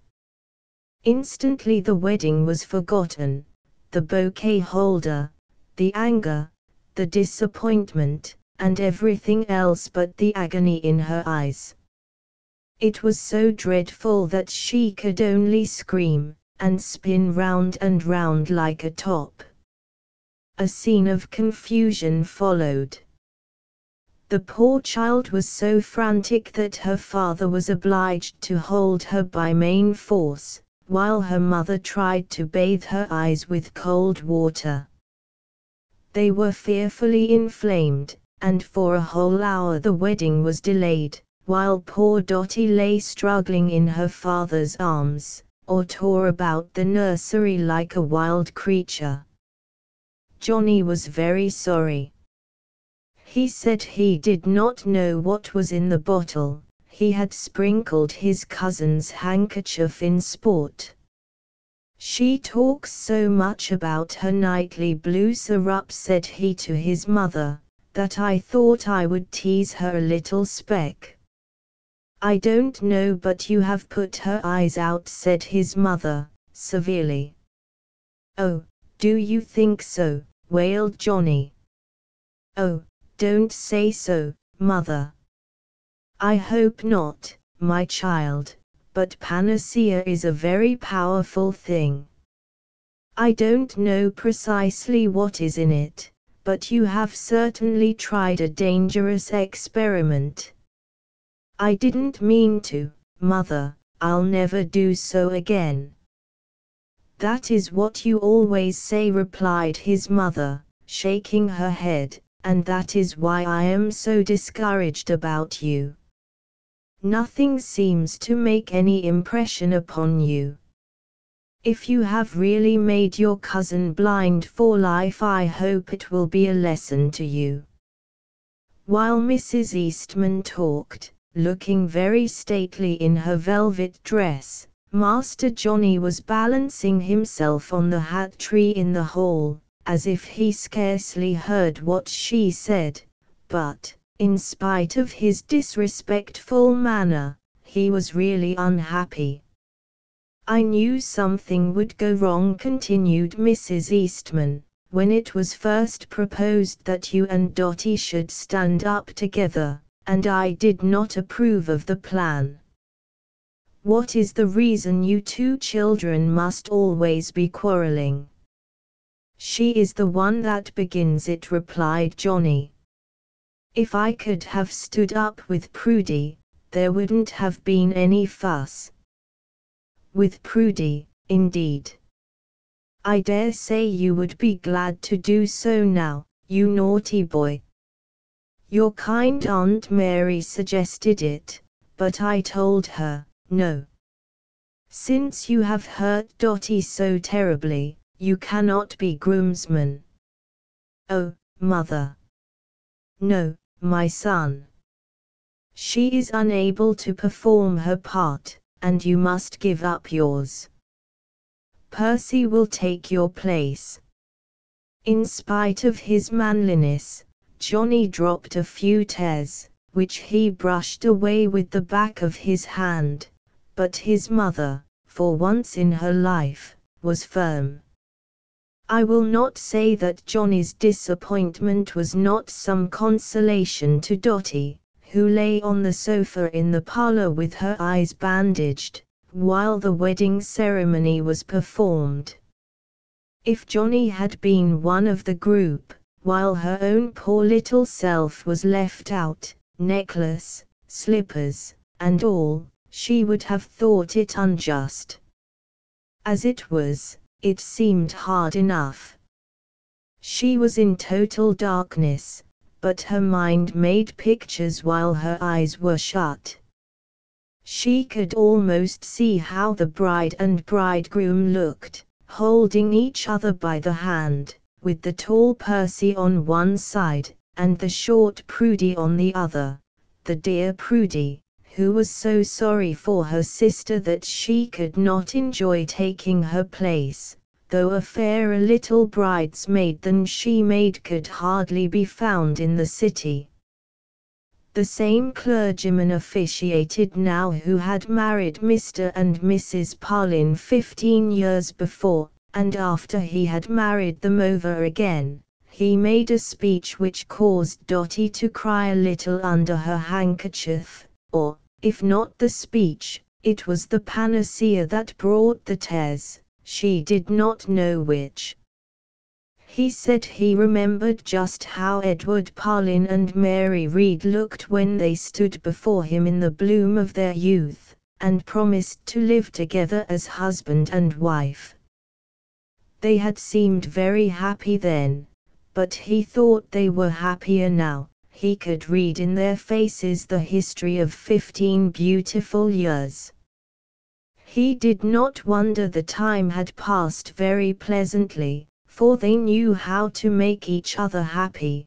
They had tried to do right, and they had 3 lovely children, who were blessings to them, and would be blessings to any parents. It was here that Dotty felt the tears start. "I'm not a blessing at all," thought she. "He doesn't know anything about it, how I act, and had temper upstairs with Johnny. Johnny's put my eyes out for it, and I'll have to go to the asylum, I suppose. If I do, I shan't be a blessing so much as I am now. To anybody ever." By and by Aunt Eastman presented the bride with a bridal rose, which looked as nearly as possible like the one she had given her at the first wedding, and which grew from a slip of the same plant. Dotty could not see the rose, but she heard her aunt say she hoped to attend Mrs. Parlin's golden wedding. "I shall be ever so old by that time," thought the little girl. 15 from 50 leaves, I don't know what it leaves, but I shall be a blind old lady, and wear a cap. Perhaps God wants to make a very good woman of me, same as Emily, and that's why he let Johnny put my eyes out." Here someone came along and offered Miss Dimple a slice of wedding cake, which tasted just as delicious as if she could see it. Then someone else put a glass of lemonade to her lips. "Has my little girl a kiss for me?" said Mrs. Parlin, coming to the sofa as soon as she could break away from her guests. The gentle mother touch went to Dotty's heart. She threw her arms about Mrs. Parlin's neck, wrinkling her collar and tumbling her veil. "Take care, my child," said Mr. Parlin, laughing. "Do not crush the bride. Everybody has been coming up to salute her, and you must understand that she does you a great honor to go to you and beg a kiss. It is just like you, though, Mama. You are so good to me, and so is everybody. No matter how naughty I am, and spoil weddings, they don't say, 'You hateful thing.' Would it make you a better child, do you think, Dotty, to be scolded when you do wrong?" "Why, no, indeed, Mama. It's all that makes me not be the wickedest girl in this city, is 'cause you are so good to me, I know it is." Mrs. Parlin kissed the little mouth that said these sweet words.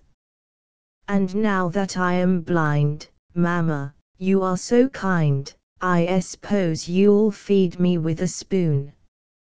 You will surely be taken care of, dear, as long as your eyes are in this state. But shan't I be always blind?" "No, indeed, child, you will be quite well in a day or 2. "Oh, I'm so glad, Mama. I was thinking I shouldn't ever go to school, and should have to be sent to the asylum." While Dotty was speaking, Johnny came up to the sofa, and, taking her hand, said, in a tone of real sorrow, "Look here, Dotty, I was a naughty boy, will you forgive me?" As Johnny was not in the habit of begging pardon, and did it now of his own free will, Dotty was greatly astonished. "Yes, Johnny," said she, "I forgive you all up. But then I don't ever want you to put my eyes out again." "I won't, now, honest, see if I do," replied Master Johnny, in a choked voice. "And you may have that bouquet holder, to keep, Mother said so." Oh, Johnny. Yes, Mother says we can call it a peace offering. Let's not quarrel any more, Dotty, just to see how 'twill seem. What, never, exclaimed Dotty, starting up on her elbow, and trying to look through her thick bandage at Johnny. Never. Why, don't you mean to come to my house any more, Johnny Eastman? Yes, but I won't quarrel unless you begin it. Oh, I shan't begin it, replied Miss Dimple, confidently. I never do, you know. Johnny had the grace not to retort. He was ashamed of his ungentlemanly conduct, and knelt before the sofa, gazing sadly at his blindfolded little cousin. It was a humble place for him, and we will leave him there, hoping his penitence may do him good for the future. As for Miss Dimple, we will bid her goodbye while her eyes are closed. Be patient, little Dotty, the pain will soon be over, and when we see you again, you will be trudging merrily to school with a book under your arm. Asterisk asterisk asterisk end of the Project Gutenberg ebook. Dotty Dimple at Play asterisk asterisk asterisk updated editions will replace the previous one, the old editions will be renamed. Creating the works from print editions not protected by U.S. copyright law means that no one owns a United States copyright in these works, so the Foundation, and you, can copy and distribute it in the United States without permission and without paying copyright royalties. Special rules, set forth in the general terms of use part of this license, apply to copying and distributing Project Gutenberg trademark symbol electronic works to protect the Project Gutenberg trademark symbol concept and trademark. Project Gutenberg is a registered trademark, and may not be used if you charge for an ebook, except by following the terms of the trademark license, including paying royalties for use of the Project Gutenberg trademark.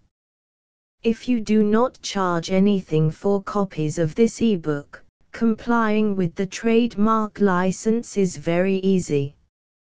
You may use this ebook for nearly any purpose, such as creation of derivative works, reports, performances and research. Project Gutenberg ebooks may be modified and printed and given away. You may do practically anything in the United States with ebooks not protected by U.S. copyright law.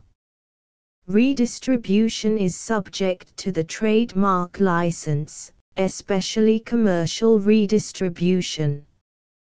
Start. Full license. The full Project Gutenberg license. Please read this before you distribute or use this work to protect the Project Gutenberg trademark symbol mission of promoting the free distribution of electronic works, by using or distributing this work, or any other work associated in any way with the phrase Project Gutenberg.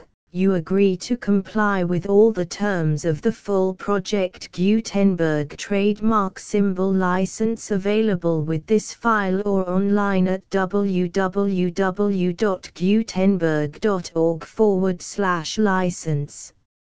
Section 1. General Terms of Use and Redistributing Project Gutenberg Trademark Symbol Electronic Works 1.0. By reading or using any part of this Project Gutenberg trademark symbol electronic work, you indicate that you have read, understand, agree to and accept all the terms of this license and intellectual property, trademark / copyright, agreement. If you do not agree to abide by all the terms of this agreement, you must cease using and return or destroy all copies of Project Gutenberg trademark symbol electronic works in your possession. If you paid a fee for obtaining a copy of or access to a Project Gutenberg trademark symbol electronic work and you do not agree to be bound by the terms of this agreement, you may obtain a refund from the person or entity to whom you paid the fee as set forth in paragraph 1.e.8. 1.b Project Gutenberg is a registered trademark. It may only be used on or associated in any way with an electronic work by people who agree to be bound by the terms of this agreement. There are a few things that you can do with most Project Gutenberg trademark symbol electronic works even without complying with the full terms of this agreement. See paragraph 1.c below. There are a lot of things you can do with Project Gutenberg trademark symbol electronic works if you follow the terms of this agreement and help preserve free future access to Project Gutenberg trademark symbol electronic works. See paragraph 1.e below. 1.c. The Project Gutenberg Literary Archive Foundation, the Foundation or PGLAF, owns a compilation copyright in the collection of Project Gutenberg trademark symbol electronic works. Nearly all the individual works in the collection are in the public domain in the United States.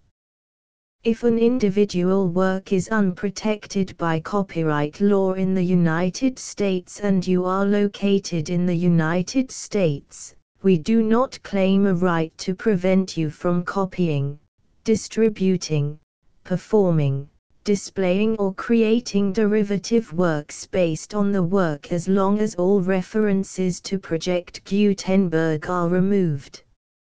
Of course, we hope that you will support the Project Gutenberg trademark symbol mission of promoting free access to electronic works by freely sharing Project Gutenberg trademark symbol works in compliance with the terms of this agreement for keeping the Project Gutenberg trademark symbol name associated with the work.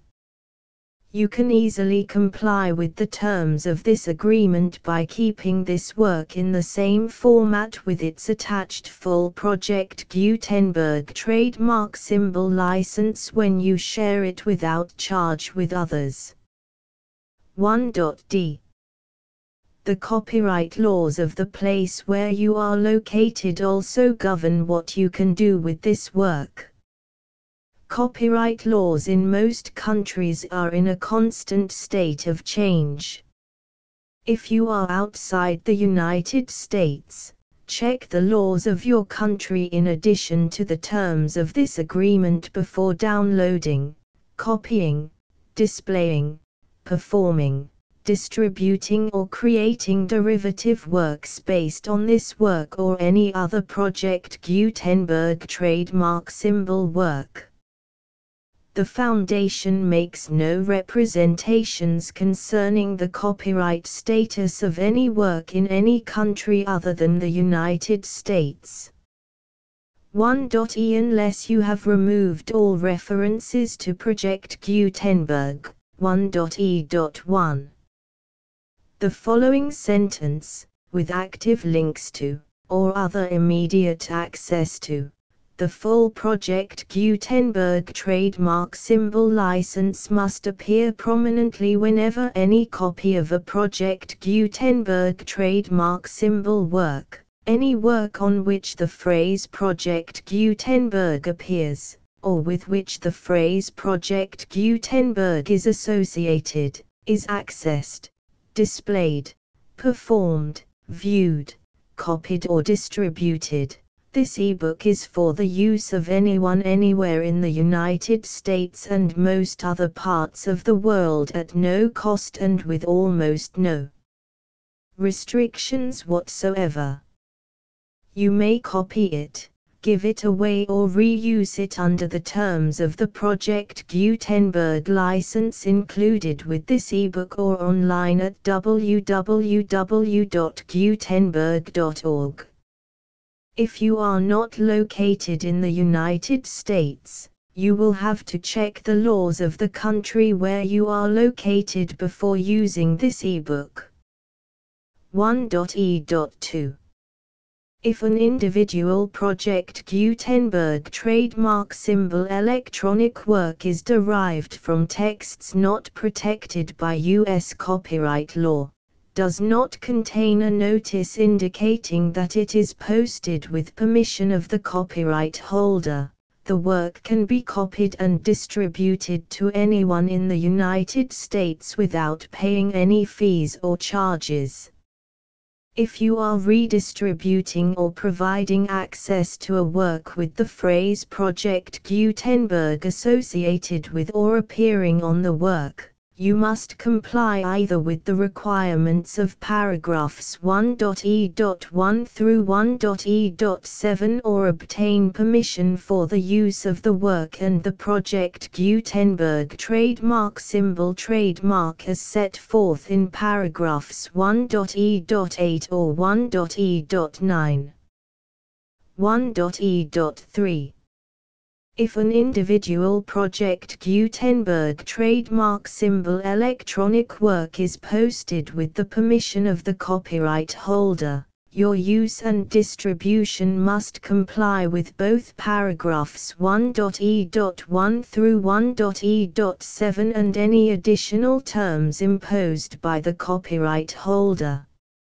Additional terms will be linked to the Project Gutenberg trademark symbol license for all works posted with the permission of the copyright holder found at the beginning of this work. 1.e.4 Do not unlink or detach or remove the full Project Gutenberg trademark symbol license terms from this work, or any files containing a part of this work or any other work associated with Project Gutenberg trademark symbol. 1.e.5 Do not copy, display, perform, distribute or redistribute this electronic work, or any part of this electronic work, without prominently displaying the sentence set forth in paragraph 1.e.1 with active links or immediate access to the full terms of the Project Gutenberg trademark symbol license. 1.e.6 You may convert to and distribute this work in any binary, compressed, marked up, non-proprietary or proprietary form, including any word processing or hypertext form. However, if you provide access to or distribute copies of a Project Gutenberg trademark symbol work in a format other than plain vanilla ASCII or other format used in the official version posted on the official Project Gutenberg trademark symbol website, www.gutenberg.org, you must, at no additional cost, fee or expense to the user, provide a copy, a means of exporting a copy, or a means of obtaining a copy upon request, of the work in its original plain vanilla ASCII or other form. Any alternate format must include the full Project Gutenberg trademark symbol license as specified in paragraph 1.e.1.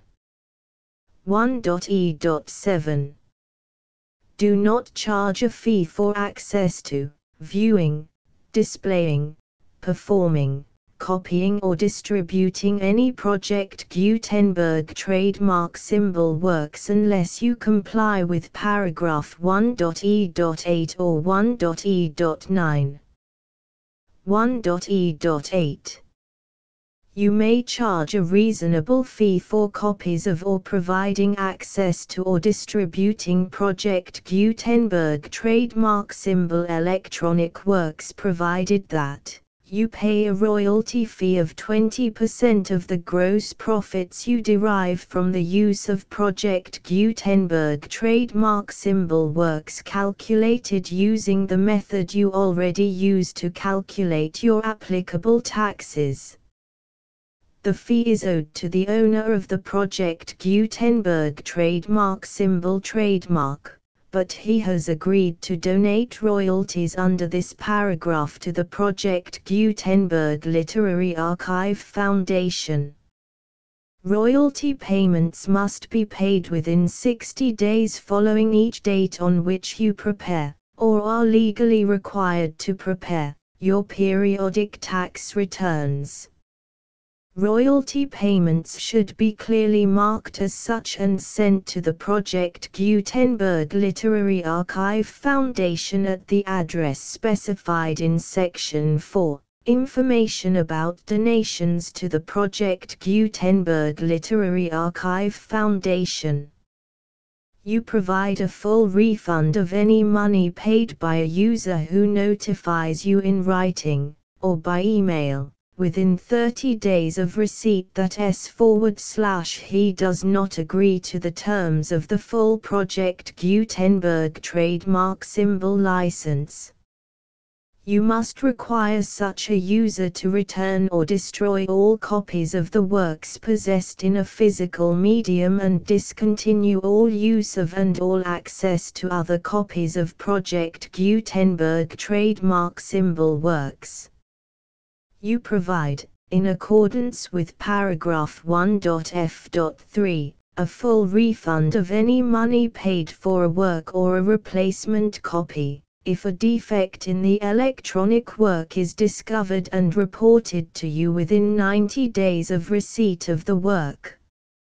You comply with all other terms of this agreement for free distribution of Project Gutenberg trademark symbol works. 1.e.9. If you wish to charge a fee or distribute a Project Gutenberg trademark symbol electronic work or group of works on different terms than are set forth in this agreement, you must obtain permission in writing from the Project Gutenberg Literary Archive Foundation, the manager of the Project Gutenberg trademark symbol trademark. Contact the Foundation as set forth in Section 3 below. 1.f1.f.1. Project Gutenberg volunteers and employees expend considerable effort to identify, do copyright research on, transcribe and proofread works not protected by U.S. copyright law in creating the Project Gutenberg trademark symbol collection. Despite these efforts, Project Gutenberg trademark symbol electronic works, and the medium on which they may be stored, may contain defects such as, but not limited to, incomplete, inaccurate or corrupt data, transcription errors, a copyright or other intellectual property infringement, a defective or damaged disk or other medium, a computer virus, or computer codes that damage or cannot be read by your equipment. 1.f.2. Limited warranty, disclaimer of damages, except for the right of replacement or refund described in paragraph 1.f.3, the Project Gutenberg Literary Archive Foundation, the owner of the Project Gutenberg trademark symbol trademark, and any other party distributing a Project Gutenberg trademark symbol electronic work under this agreement, disclaim all liability to you for damages, costs and expenses, including legal fees. You agree that you have no remedies for negligence, strict liability, breach of warranty or breach of contract except those provided in paragraph 1.f.3. You agree that the foundation, the trademark owner, and any distributor under this agreement will not be liable to you for actual, direct, indirect, consequential, punitive or incidental damages even if you give notice of the possibility of such damage. 1.f.3. Limited right of replacement or refund. If you discover a defect in this electronic work within 90 days of receiving it, you can receive a refund of the money, if any, you paid for it by sending a written explanation to the person you received the work from. If you received the work on a physical medium, you must return the medium with your written explanation. The person or entity that provided you with the defective work may elect to provide a replacement copy in lieu of a refund. If you received the work electronically, the person or entity providing it to you may choose to give you a second opportunity to receive the work electronically in lieu of a refund. If the second copy is also defective, you may demand a refund in writing without further opportunities to fix the problem. 1.f.4. Except for the limited right of replacement or refund set forth in paragraph 1.f.3, this work is provided to you as is, with no other warranties of any kind, express or implied, including but not limited to warranties of merchantability or fitness for any purpose. 1.f.5. Some states do not allow disclaimers of certain implied warranties or the exclusion or limitation of certain types of damages.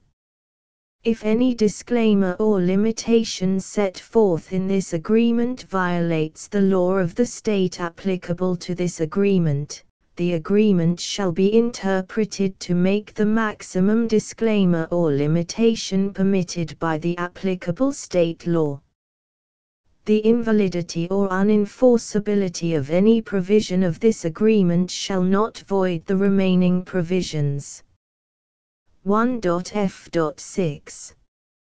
Indemnity. You agree to indemnify and hold the foundation, the trademark owner, any agent or employee of the foundation, anyone providing copies of Project Gutenberg trademark symbol electronic works in accordance with this agreement, and any volunteers associated with the production, promotion and distribution of Project Gutenberg trademark symbol electronic works, harmless from all liability, costs and expenses, including legal fees, that arise directly or indirectly from any of the following which you do or cause to occur.